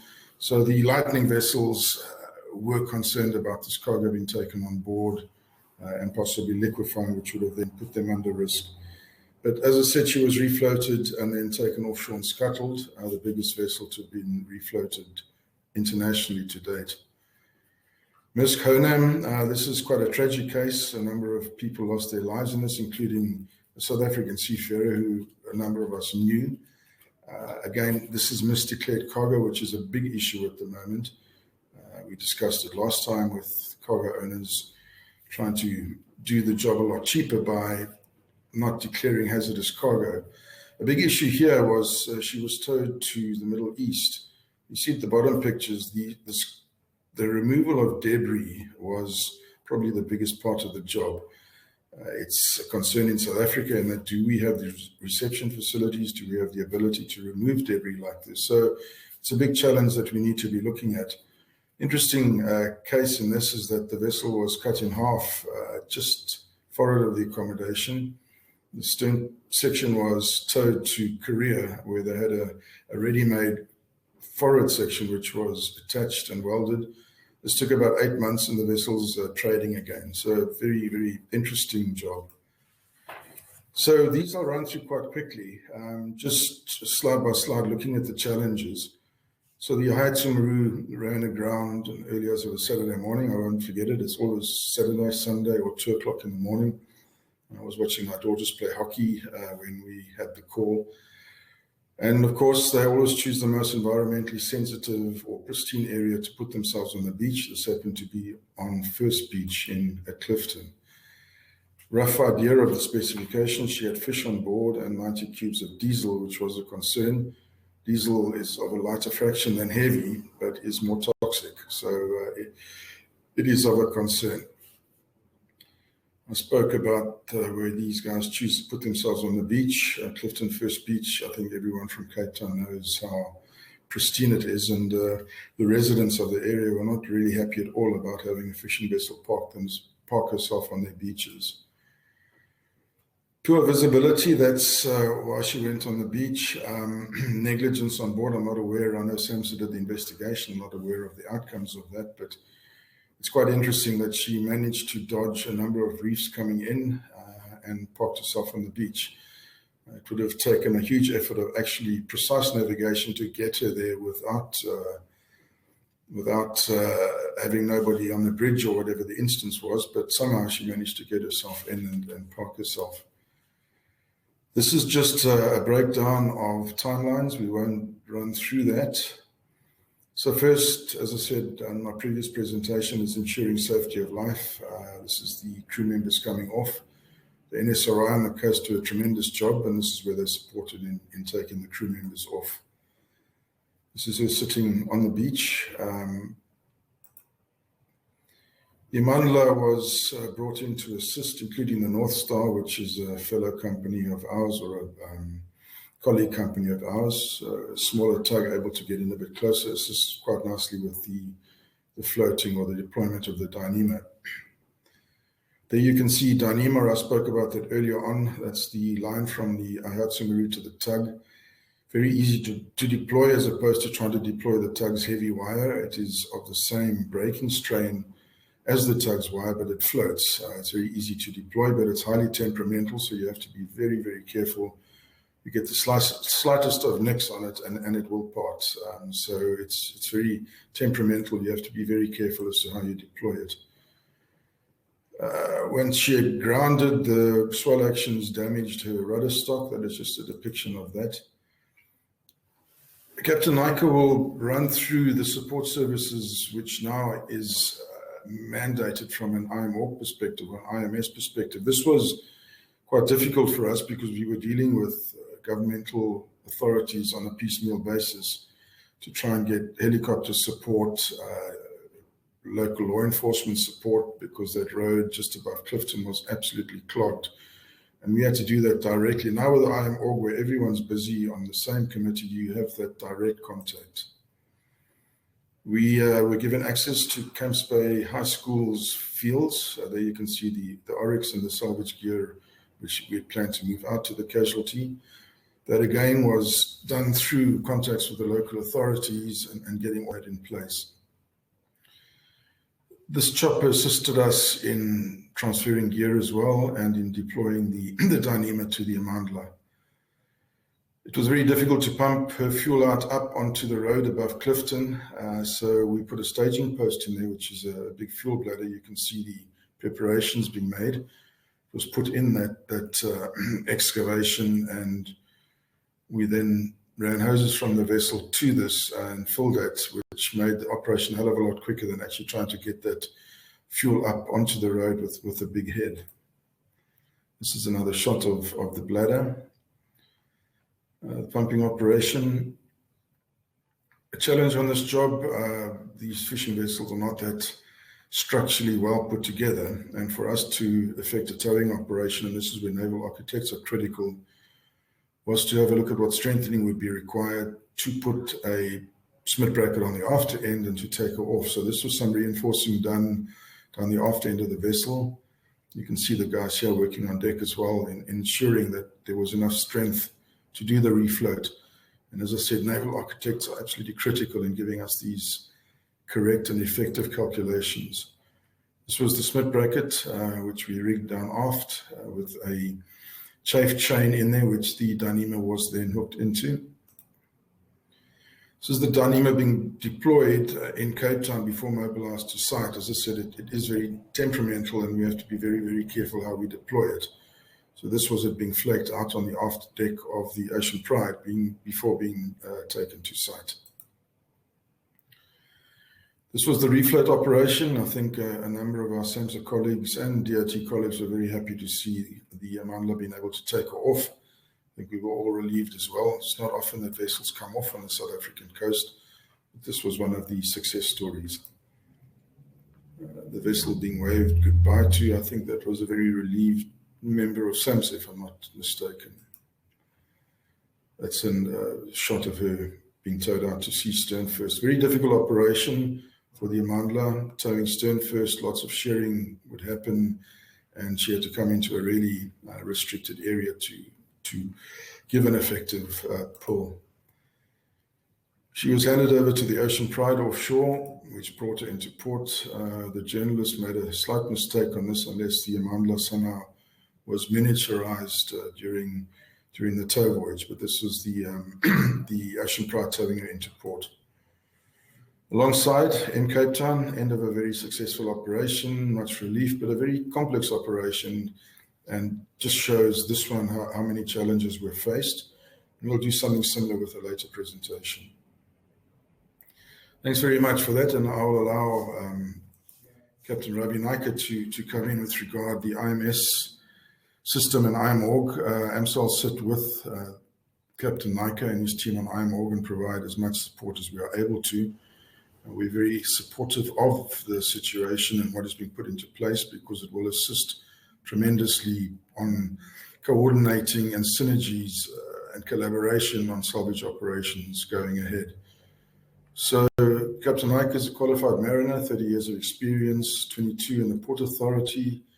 He's been harbour master at 3 South African ports over a 10-year period, followed by 11 years experience with SAMSA as a senior manager.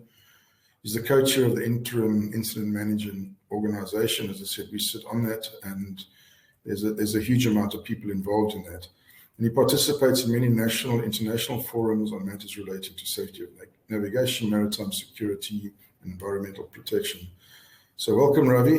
You can switch your camera and microphone on, and I'll leave it with you. Thanks. Okay, Dave, thank you very much. Thank you for the introduction, and good afternoon, colleagues. So my task is basically to give you an update on the interim incident management organization.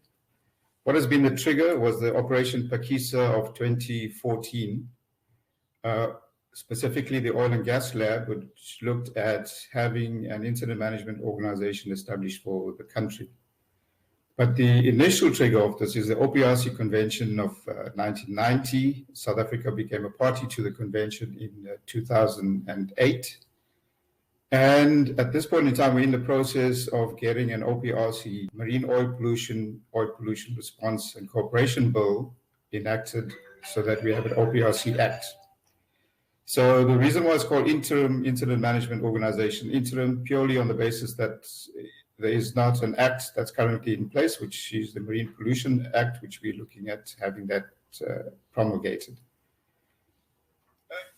The purpose of the IMORG is during peacetime to ensure South Africa's readiness, which would allow for a prompt and orderly response to any offshore oil spill incident.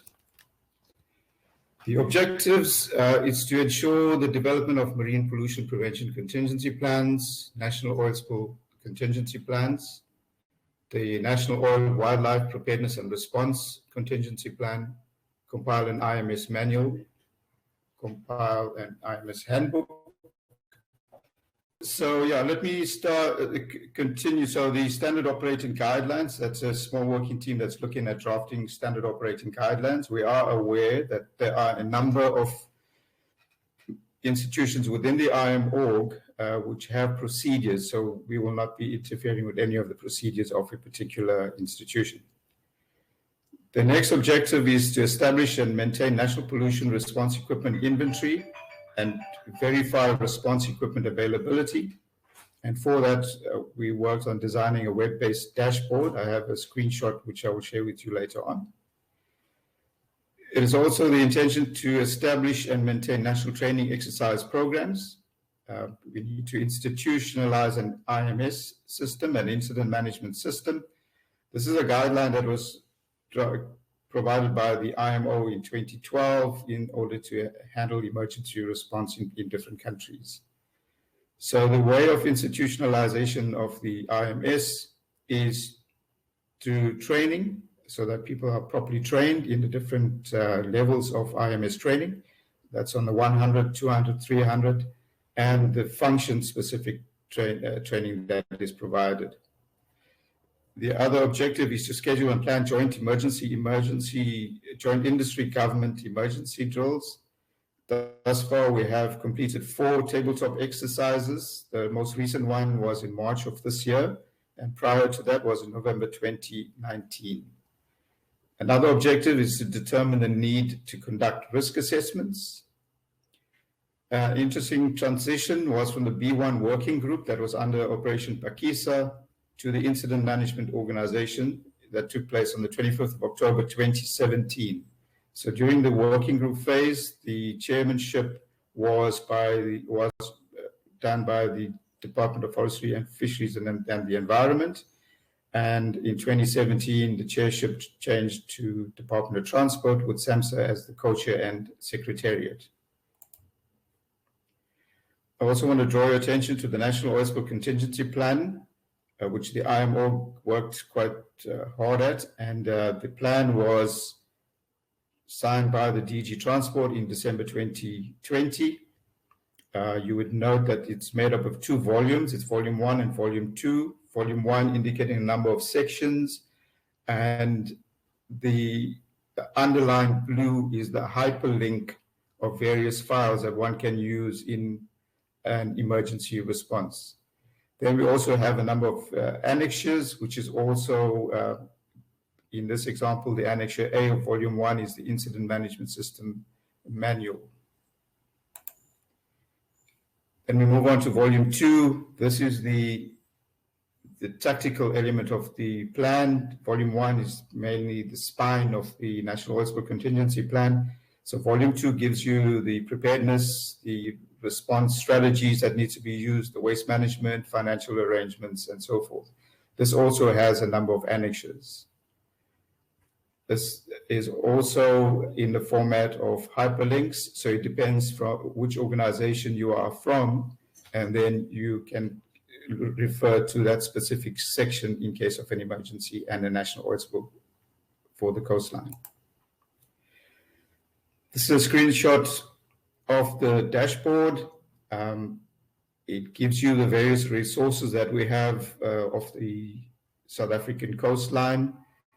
It took a number of months of work in order to get to this stage. It also provides you a list of definitions. For example, when you talk tabletop, what exactly is a tabletop exercise? What is a seminar? What is a workshop? So one is able to do that.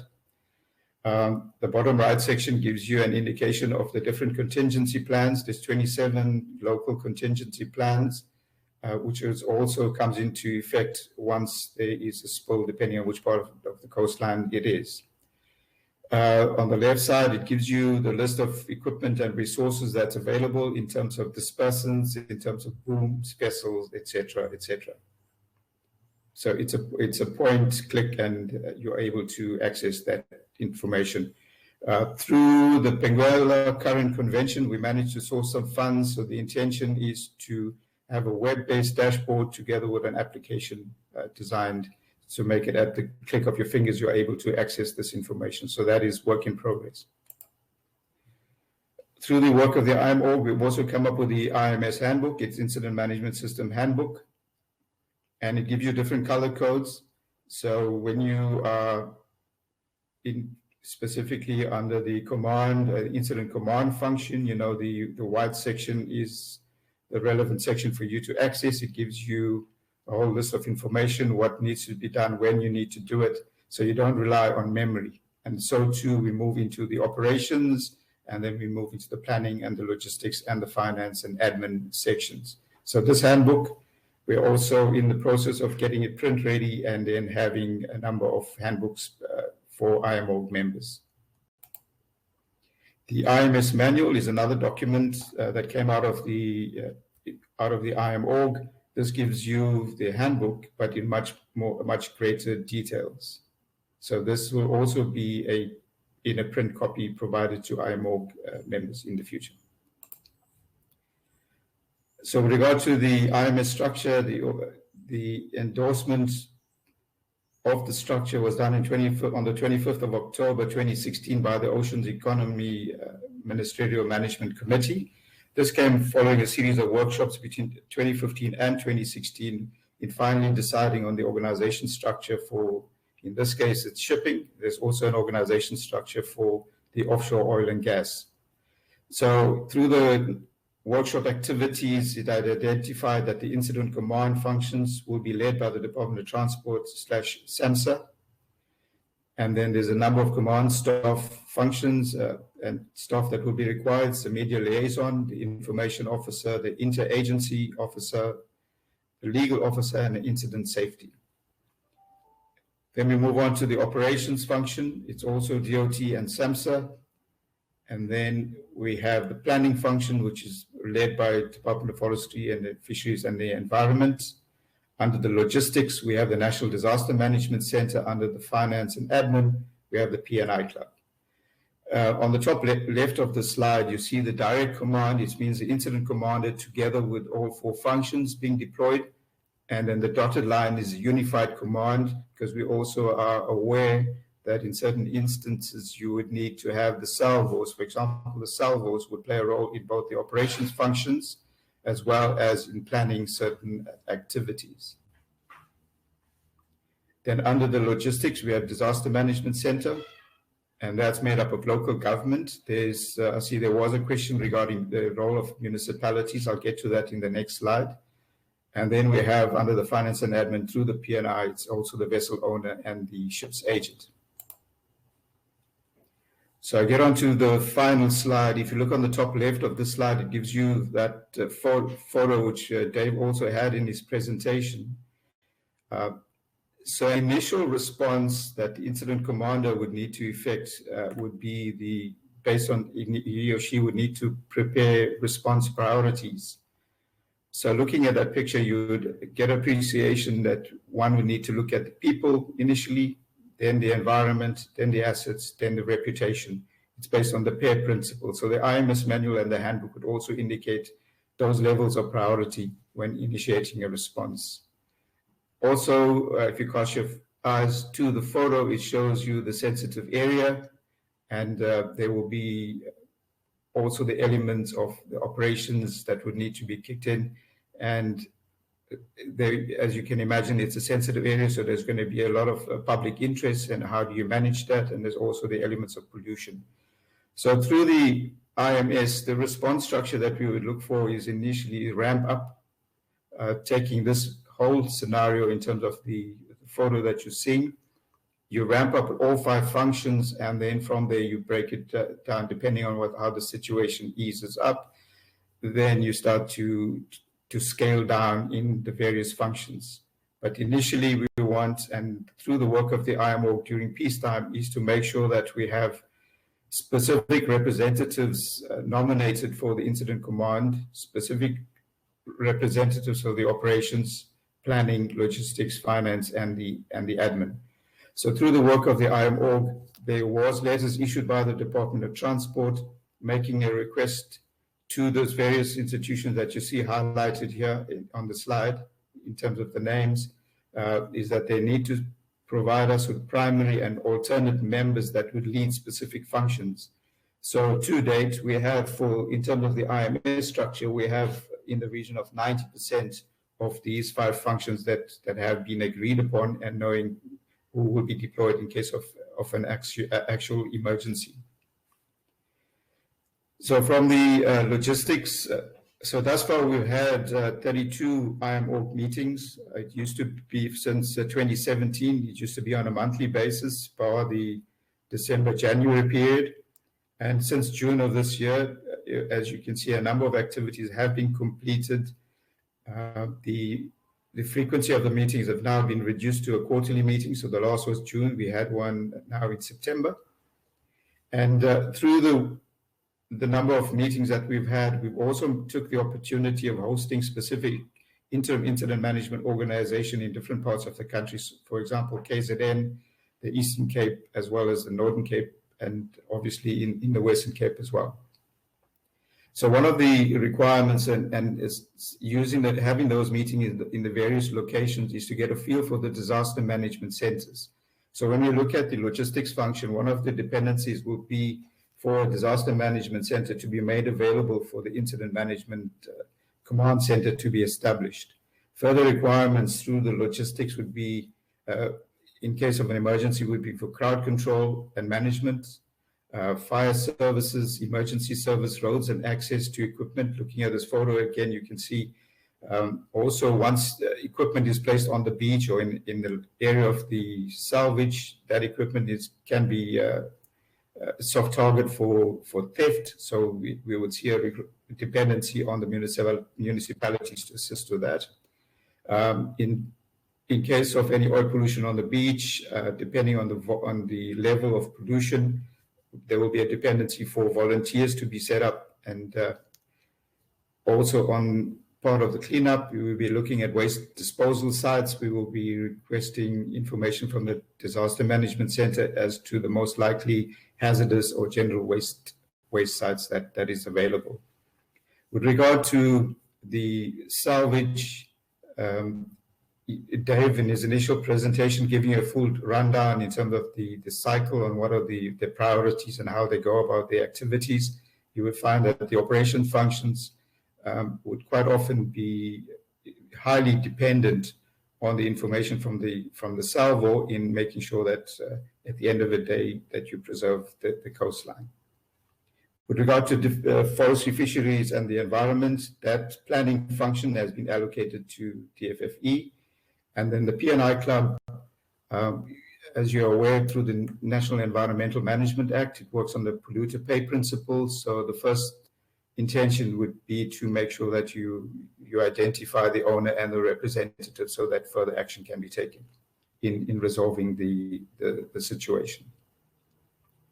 Thank you so much, Captain Naiko. It's always encouraging to hear that behind the scenes, while we all go about our daily business, there's proactive preparedness taking place on multiple levels. So thank you for the effort that you and the team put into proactively preparing us for that emergency, which we know will come. Graham, we're going to start with a quick question for you from Kevin Watson. Is there any recognized standard for ships to keep an emergency data set for use in a salvage operation on board? Over to you, Graham. Thank you, Claire and Kevin, for the question. So a quick response, I know we pushed for a bit of time here, is that each vessel and each ship manager are required to have what we call an emergency response plan. This emergency response plan will be living within the ship's or the company's safety management system, and it will have a lot of information. In our offices here, sure, we have a emergency response team, which is dictated and named in the emergency response plan.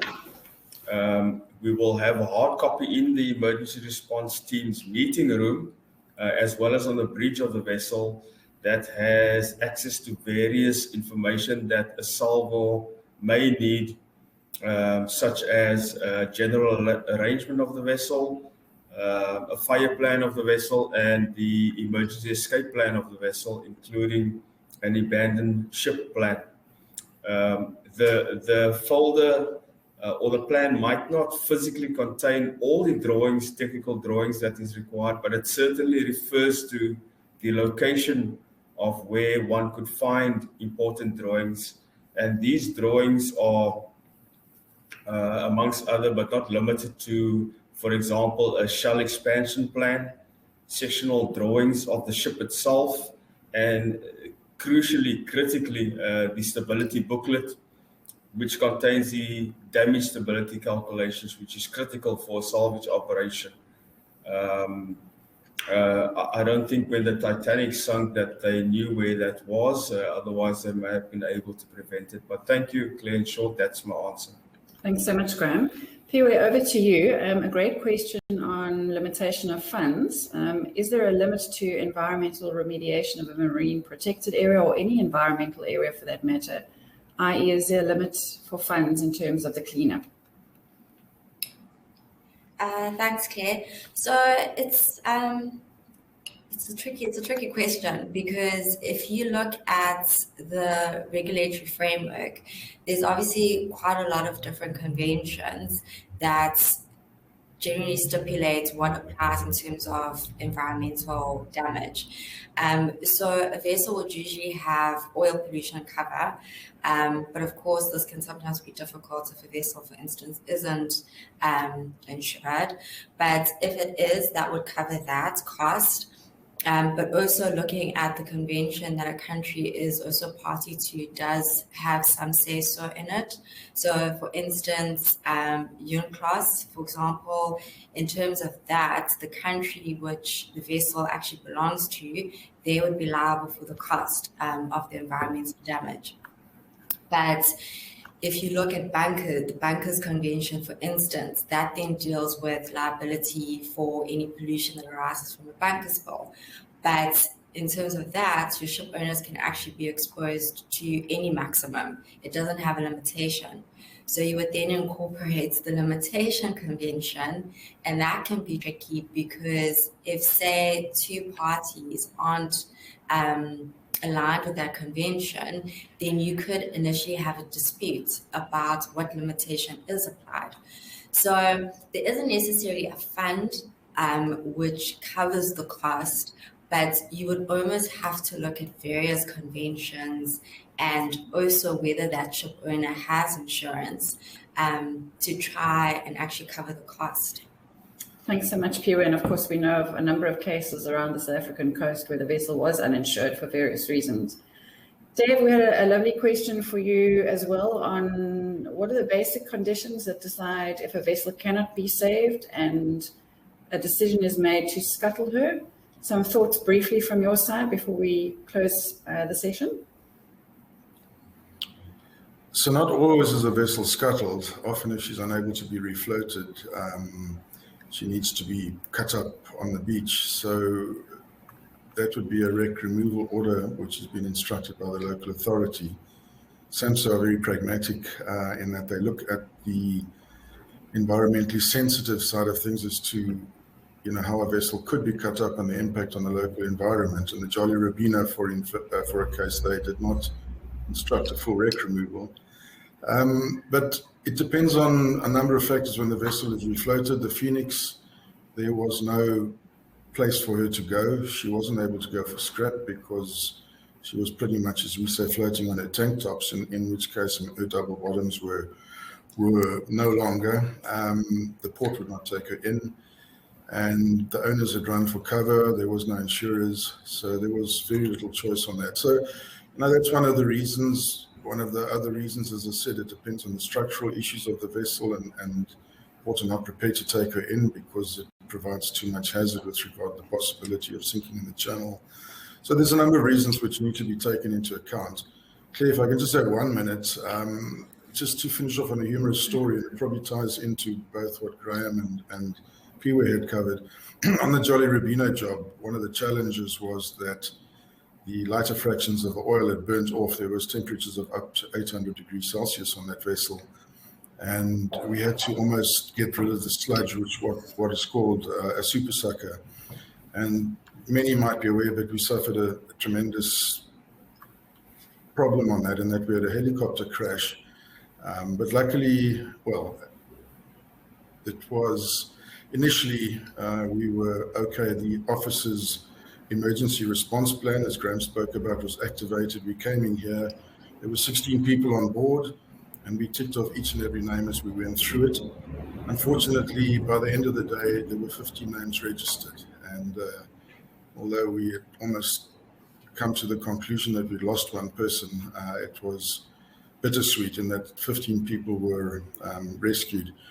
At the end of the day, we were just closing down. It was becoming twilight, and we got a fantastic telephone call from one of the NSRI guys who were patrolling the beach to say they'd found this guy.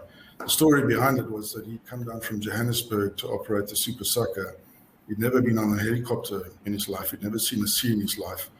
When the helicopter crashed, he was thrown into the water and managed to get ashore and saw these helicopters flying overhead. So he climbed into the nearest bush and waited.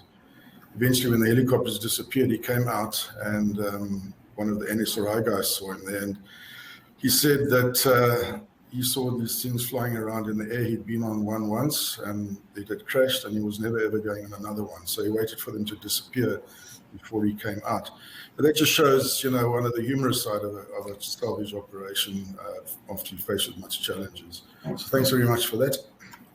Dave, nicely just reminding us that this is actually a story about people. It's not actually a story about vessels and equipment and resources and assets. It takes many people doing many different things to solve problems at this level and scale. So thanks for that. In the interest of time, we're going to close our session today, and I'm going to hand over to Graham Dryden for a few closing remarks. Thank you, Claire. So thank you everyone for attending this webinar today and listening to some of the stories around salvage, and in particular salvage in South Africa. Interesting points take away is from Piwe in terms of the LOF still being the preferred format of salvage agreements. Then also reference to that we still refer to and predominantly use the UK's Merchant Shipping Act of 1995, although we still have our own MSA of 51 that had recently several amendments made to it, but I'm not too sure if it's been gazetted just yet. Then also interesting to hear about the scopic clause, providing some remuneration relief to the salvor, and the importance of the SCR, the Special Casualty Representative, having a different role to that of a hull and cargo claims SCR, who merely advises and supports the salvage master and the owners on matters of salvage specifically. The change in the maritime environment with the developments of the autonomous vessels was quite interesting, including the impact on the LOF that it will have, the scopic, and the obligations of the and authorities of the master. Digital forms and the nuances around it. Dave Murray alluded to the technical challenges some of us have with IT. I even certainly struggled early on to mute myself or switch my camera off. So there you go. At the end of the day, it seems that salvage involves a broad scope of expertise and participants, ranging from marine engineers, navigators, naval architects, lawyers, maritime authorities, government, the public, ship owners, ship repair, ship agents, marine consultants, and surveyors. And of course, very importantly, the P&I clubs.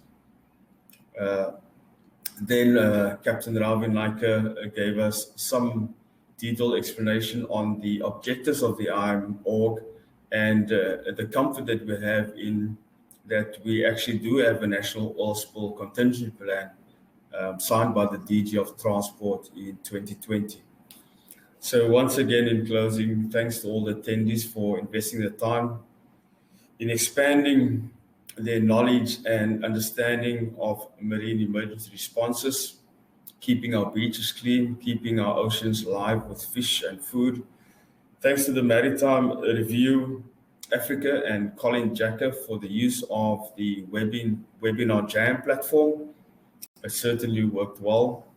One of the better platforms I've been involved in. Thanks to the speakers for sharing their insight and experience, especially to Captain Ravi Naika. Finally, also have to mention Claire. Claire, thank you for coordinating the session for us. Well done to you and your team. And then to AMSOL's team, is viable to assist on any questions attendees may still have or with any commercial inquiries, and we look forward to engaging again in the future, hopefully in person. Thank you very much.